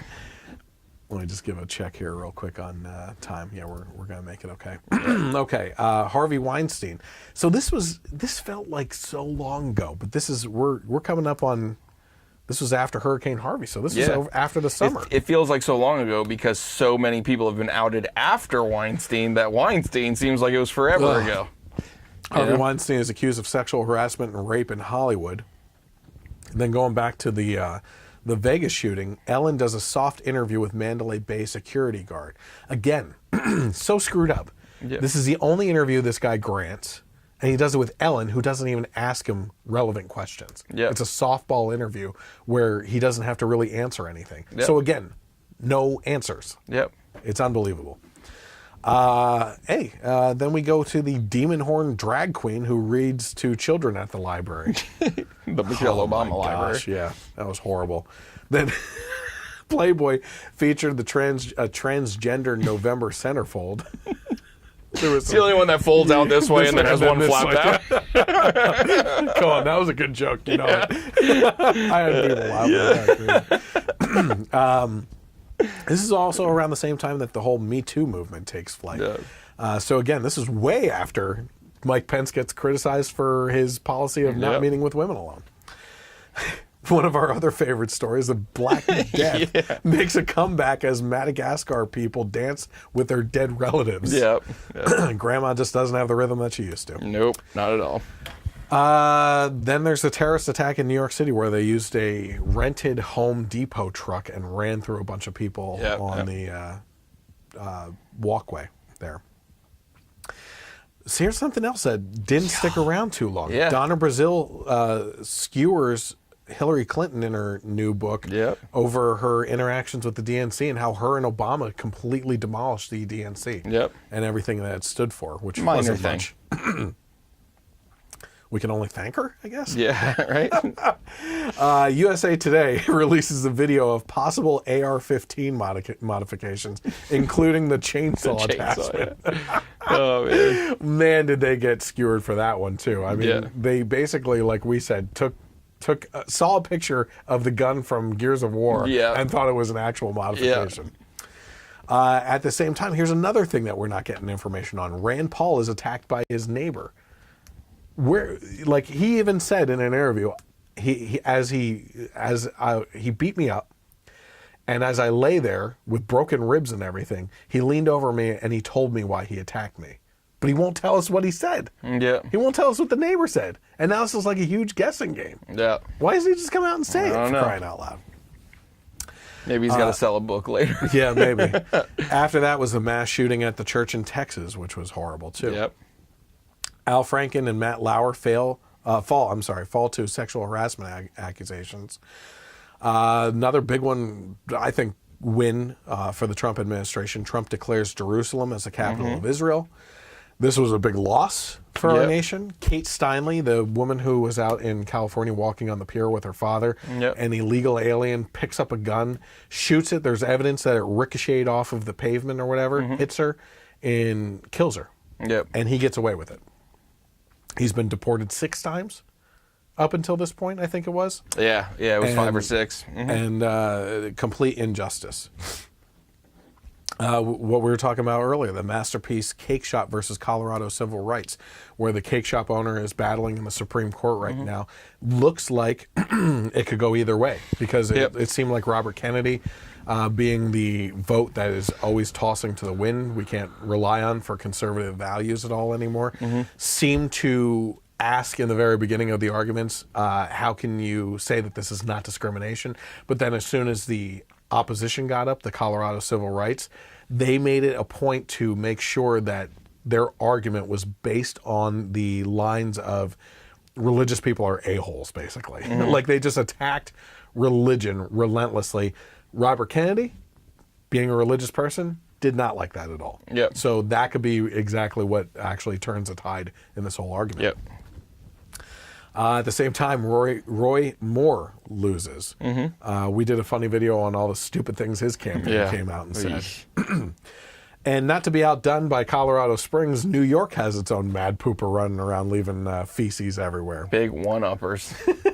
Bullied student Keaton Jones makes the news and captures America's hearts, basically. He puts together a viral video, or his mom filmed him coming home from school, and talks about bullies and starts up a whole other conversation about bullying again. And then the last thing here that we had was one of the last things that we talked about on the last podcast was Jimmy Kimmel, along with other political statements throughout the year that he got caught up in for talking about things that he knows nothing about. Uses his kid as a prop in a monologue going after Republicans and CHIP, the child health care system at the federal level. And the Washington Post fact checks him, and we went through everything. He basically didn't say anything truthful throughout the whole damn thing. And this is the Washington Post. Yes, which is a liberal leaning newspaper. Unbelievable. So certainly there's a lot of other topics that happened throughout the year. There was a lot of funny topics because we kind of in the springtime moved the podcast more away from being serious political conversations to making fun of political things and more humorous. So there's a lot more funny things that you can see. Certainly, I just went through my podcast and wrote down the main things of the big things that happened this year, and some of the funny ones like Lin-Manuel Miranda.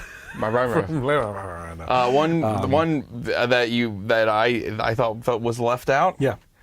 Pretty monumental since it was our first show together and it was a big story. Was Nordstrom's $425 muddy jeans and the unicorn frappuccino. And the unicorn frappuccinos. That pretty much that whole first show. That's the whole show was great. Bill Nye shenanigans. You know, it was good. Was that the one with his song, or that came later? That came later. So he's popping up. So point being, go back and if you watch some of the earlier podcasts this year, because there were a lot of really good ones in there. We've split off some segments on the YouTube channel. Just search for the Generation Y Conservative on YouTube. You can also find me on Facebook where I post articles. You can get involved in the comment section. Tell me what you think about the articles, your leanings on the topics. You can also get involved with some of us in regards to talking about them or debating them even. I don't really care. It's fun. You can follow me on Twitter as well, at Gen Y Conservative without the E on the end. Interact with me there. That's a fun place to interact on some things, especially because I get involved with some of the morning radio shows I listen to. I said, actually, one of the news stories was that Justice Ginsburg hates Trump so much that she plans on sticking around until 2020, at least until he runs for re-election. And I said, if Ginsburg plans on hanging around, she's going to need strings like a puppet around some of those limbs. Because that woman is, in her 90s? Like she's matter of time. She is so frail looking. She looks like a fart would kill her. Like blow her over, you know what I mean? Someone else's. Hers would just make her fall apart. Collapse. It was an inside job.